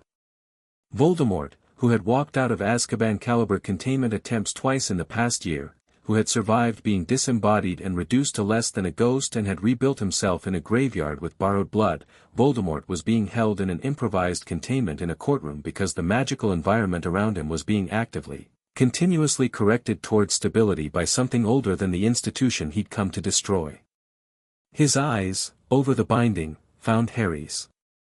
Harry looked back at him and didn't move. "It won't hold permanently," Voldemort said. "Not a threat. A fact, delivered with the cold accuracy of someone assessing a situation honestly. You know that." "Long enough," Harry said. Bones and her team were already constructing the secondary containment, Azkaban grade, the real wards, the deep ones that took 15 minutes and 3 trained practitioners, and the Gringotts ward mages were supplementing with goblin containment principles that had been developed over 4 centuries specifically for dealing with magical beings of extreme power. Together they were building something unprecedented, and Harry held the Emrys field steady around them as they worked, his intent absolutely clear: let this work. Let this be enough. It took 18 minutes. When Bones finally stood up from the containment circle and looked at Harry, she had the expression of someone who had done the most technically difficult thing of their career and was still processing it. "It'll hold," she said, and her voice had a quality in it that was rare from Amelia Bones, something adjacent to wonder. "Long term. It's not a temporary measure." The chamber, which had been paralyzed in a kind of collective shock since the moment Voldemort's wand left his hand, made a sound that started in the back corners and moved inward, a sound that wasn't cheering exactly, but was the inarticulate noise of a room full of people being released from an enormous held breath. Harry lowered his wand. His hand was completely steady. He was aware of Hermione in the gallery, standing now, her hands clasped at her mouth. Of Ragnok watching with those dark eyes that registered everything. Of Augusta Longbottom, who had not moved from her seat during the entire confrontation, as though leaving her seat had not been among the options she'd considered. Of Marchbanks, who was writing something down. And of Dumbledore, in the chief warlock's seat. The old man was looking at Harry with an expression that Harry had never seen on his face before, not the warm, calculated benevolence, not the strategic warmth that had always contained something withheld. What was on his face now was simpler than any of those things. It was the expression of someone seeing something fully for the first time and understanding the cost of all the previous times they'd looked away. Harry met his eyes. Held them. Then looked away, because that moment had reached its natural conclusion and there was no use prolonging it. The next 2 hours were organized chaos. Ministry officials flooded the chamber. Bones coordinated the secure transfer of Voldemort's containment to a facility that would become, as of today, the highest security magical holding site in Britain. The Death Eaters who had been with him, captured, contained, quickly identified as Rookwood, Mulciber, and Avery, were processed with the efficiency of a department that had been waiting for this moment for years. Fudge appeared at Harry's elbow at some point during this, looking like a man who had made a great many calculations in the last 2 hours and found all of them in need of revision. "Lord Potter," he said, in a tone that was trying to be statesmanlike and achieving it somewhat, "the ministry is, of course, deeply, Minister," Harry said pleasantly, "you were in the gallery when I presented the documentation. You heard the vote. You saw the result recorded." He looked at Fudge. "The record exists now. That's what today was for." He paused. "I'd recommend reviewing your department's containment protocols for the transfer. Bones has it in hand but the secondary authorization requires your signature." Fudge, visibly relieved to have something administrative to do, went to find Bones. Ragnok materialized beside Harry with the quiet purposefulness of someone who had been waiting for the chaos to reach a useful lull. "The ward mages will remain on site for the transfer," he said. Stoneback sends his regards. Stoneback is here. He was in the public gallery. Ragnok looked entirely unsurprised by his own ability to arrange things without announcing them. He said, and I'm quoting directly, that the Emrys field extension during the containment was technically excellent and that the disarming charm was a predictable choice. Harry looked at him. Was that meant to be a compliment? From Stoneback? Yes, that was extremely effusive. Ragnok's expression contained something that was a goblin's equivalent of wry amusement. He also said the wrist technique is still slightly over-directed. Tell him I'll work on it. Sharpclaw appeared on Ragnok's other side with a folder. The chamber recorder has entered the documentation into the permanent archive.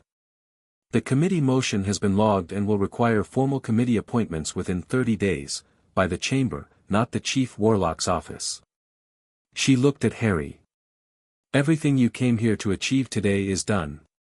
He stood in the middle of the Wizengamot chamber while the room moved around him, ministry officials and aurors and Wizengamot members and journalists above and Gringotts ward mages and the settling magic of a space that had seen too much in too short a time, and he felt the weight of the day settle into something that was not triumph exactly.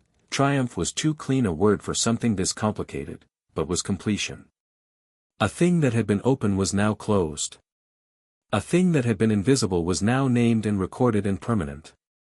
Hermione reached him, coming down from the gallery when Bones's people opened the chamber to observers, and she stood in front of him and looked at him with the expression she had for moments that exceeded her vocabulary. She said nothing. She put her arms around him briefly, which was not something she did often, and Harry held on for a moment because she was there and had been there through all of it and some things should be acknowledged without words. When she stepped back her eyes were bright. The committee, she said, because Hermione's version of returning to steady ground was always intellectual. I want to be involved in the appointments process. The criteria for committee membership need to be specific enough that it can't be stacked politically. Write it up, Harry said. Sharpclaw will want to see it. I'll start tonight. Ron appeared behind her, and his expression was the expression of someone who had watched something extraordinary from the front row and was now integrating it. Mate, he said, and then stopped, and then, the disarming charm. Too predictable, according to Stoneback. Stoneback can, he stopped himself with visible effort. It worked, didn't it? It worked. Neville came through the gallery doors a moment later, having apparently decided that the corridor was no longer where the relevant things were. He stood beside Ron and looked at the containment circle in the center of the chamber where the last of the Gringotts ward mages were completing the secondary sealing, and his expression was the expression he'd had at the lake, that controlled, deep, long-kept thing finally arrived somewhere it could breathe. My parents, he said quietly. The people who did that to them are in Azkaban. He paused. The person who ordered it is in that circle. Another pause. It doesn't fix everything. No, Harry said. But it's something. It's actually something. He looked at Harry. Thank you. Harry shook his head slightly. You were there too. All of you. Luna arrived last, because Luna arrived when she arrived, appearing at the gallery door with her Ravenclaw robes and her radish earrings and her expression of serene, specific satisfaction. She looked at the chamber, at the containment circle, at the permanent archive document being registered at the recorder's desk, and then at Harry. The Raxperts are completely gone, she said. From the whole room, actually. The Emrys field cleared them out entirely. Harry laughed. It came out real and unexpected and surprised him, which was probably the best kind of laugh, and Hermione made a sound that was also a laugh, and Ron said something about Raxperts that Luna responded to with perfect seriousness, and for a moment in the wrecked and significant and permanently changed Wizengamot chamber, the five of them were just themselves. Dumbledore found Harry at the edge of the chamber, near the doors, when most of the officials had moved to the corridor and the room had emptied to the residual few finishing their work. He came without the chief warlock's staff, just himself in his robes, and he looked old in the honest way rather than the managed way, old and tired and present. Fully, uncomfortably present. I presided over the session that ended my own authority in this chamber, he said. The committee motion removes the Chief Warlock's office from the guardianship oversight process. You designed it that way. I did, Harry said. I would have done the same. He said it simply. If I had been thinking clearly about the institution rather than about my position in it. He was quiet for a moment. I intend to submit a formal statement to the committee when it's established. My full account of the guardianship decisions, the reasoning, the suppression. For the archive. Harry looked at him. You don't have to do that. No. But the ledger should be complete. His voice was careful and real.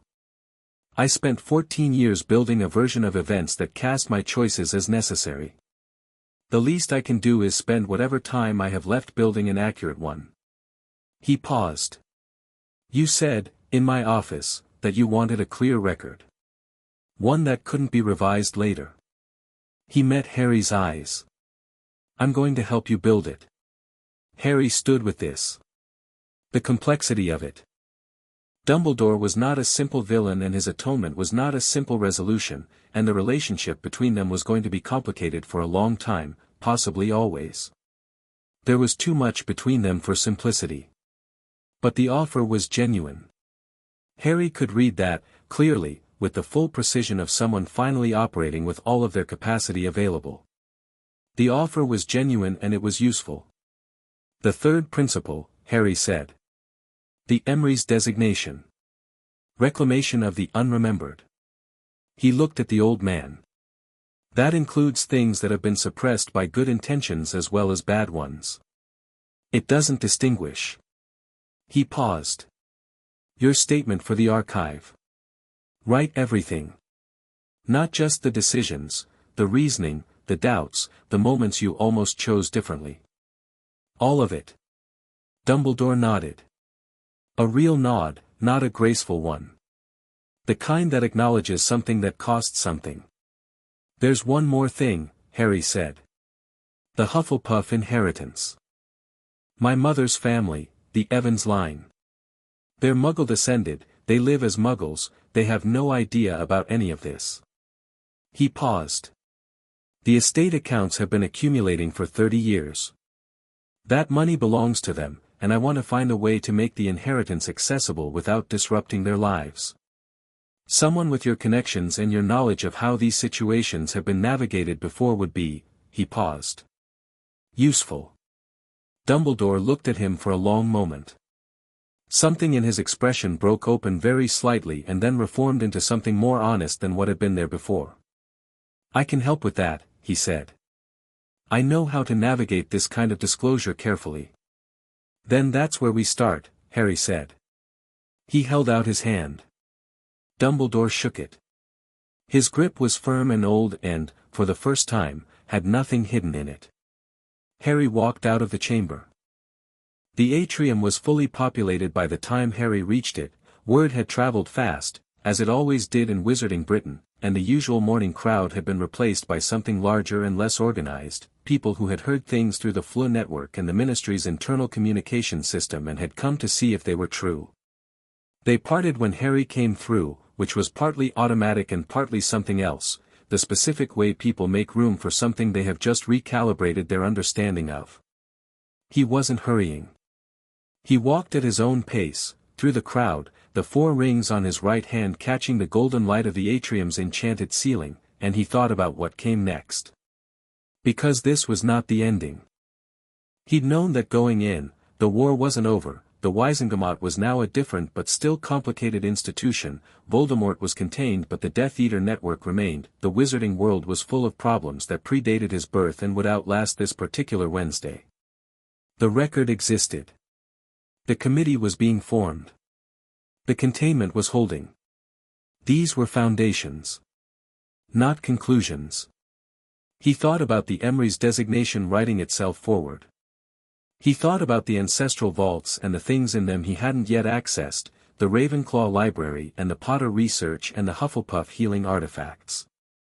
He thought about Stoneback's training and what it would take to develop the Emrys field into something that could operate consistently rather than in response to crisis.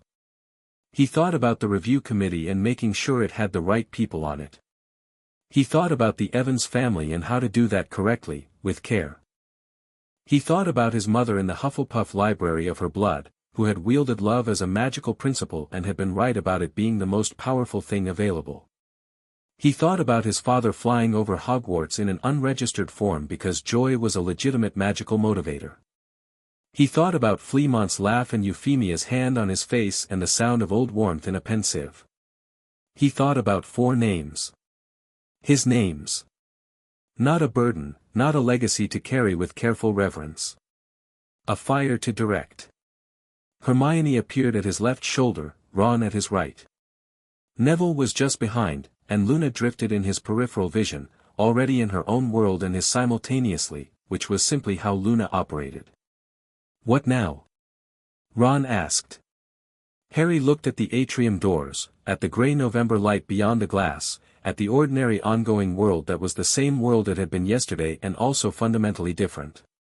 Now, he said, we build something. He pushed open the doors and walked out into the cold.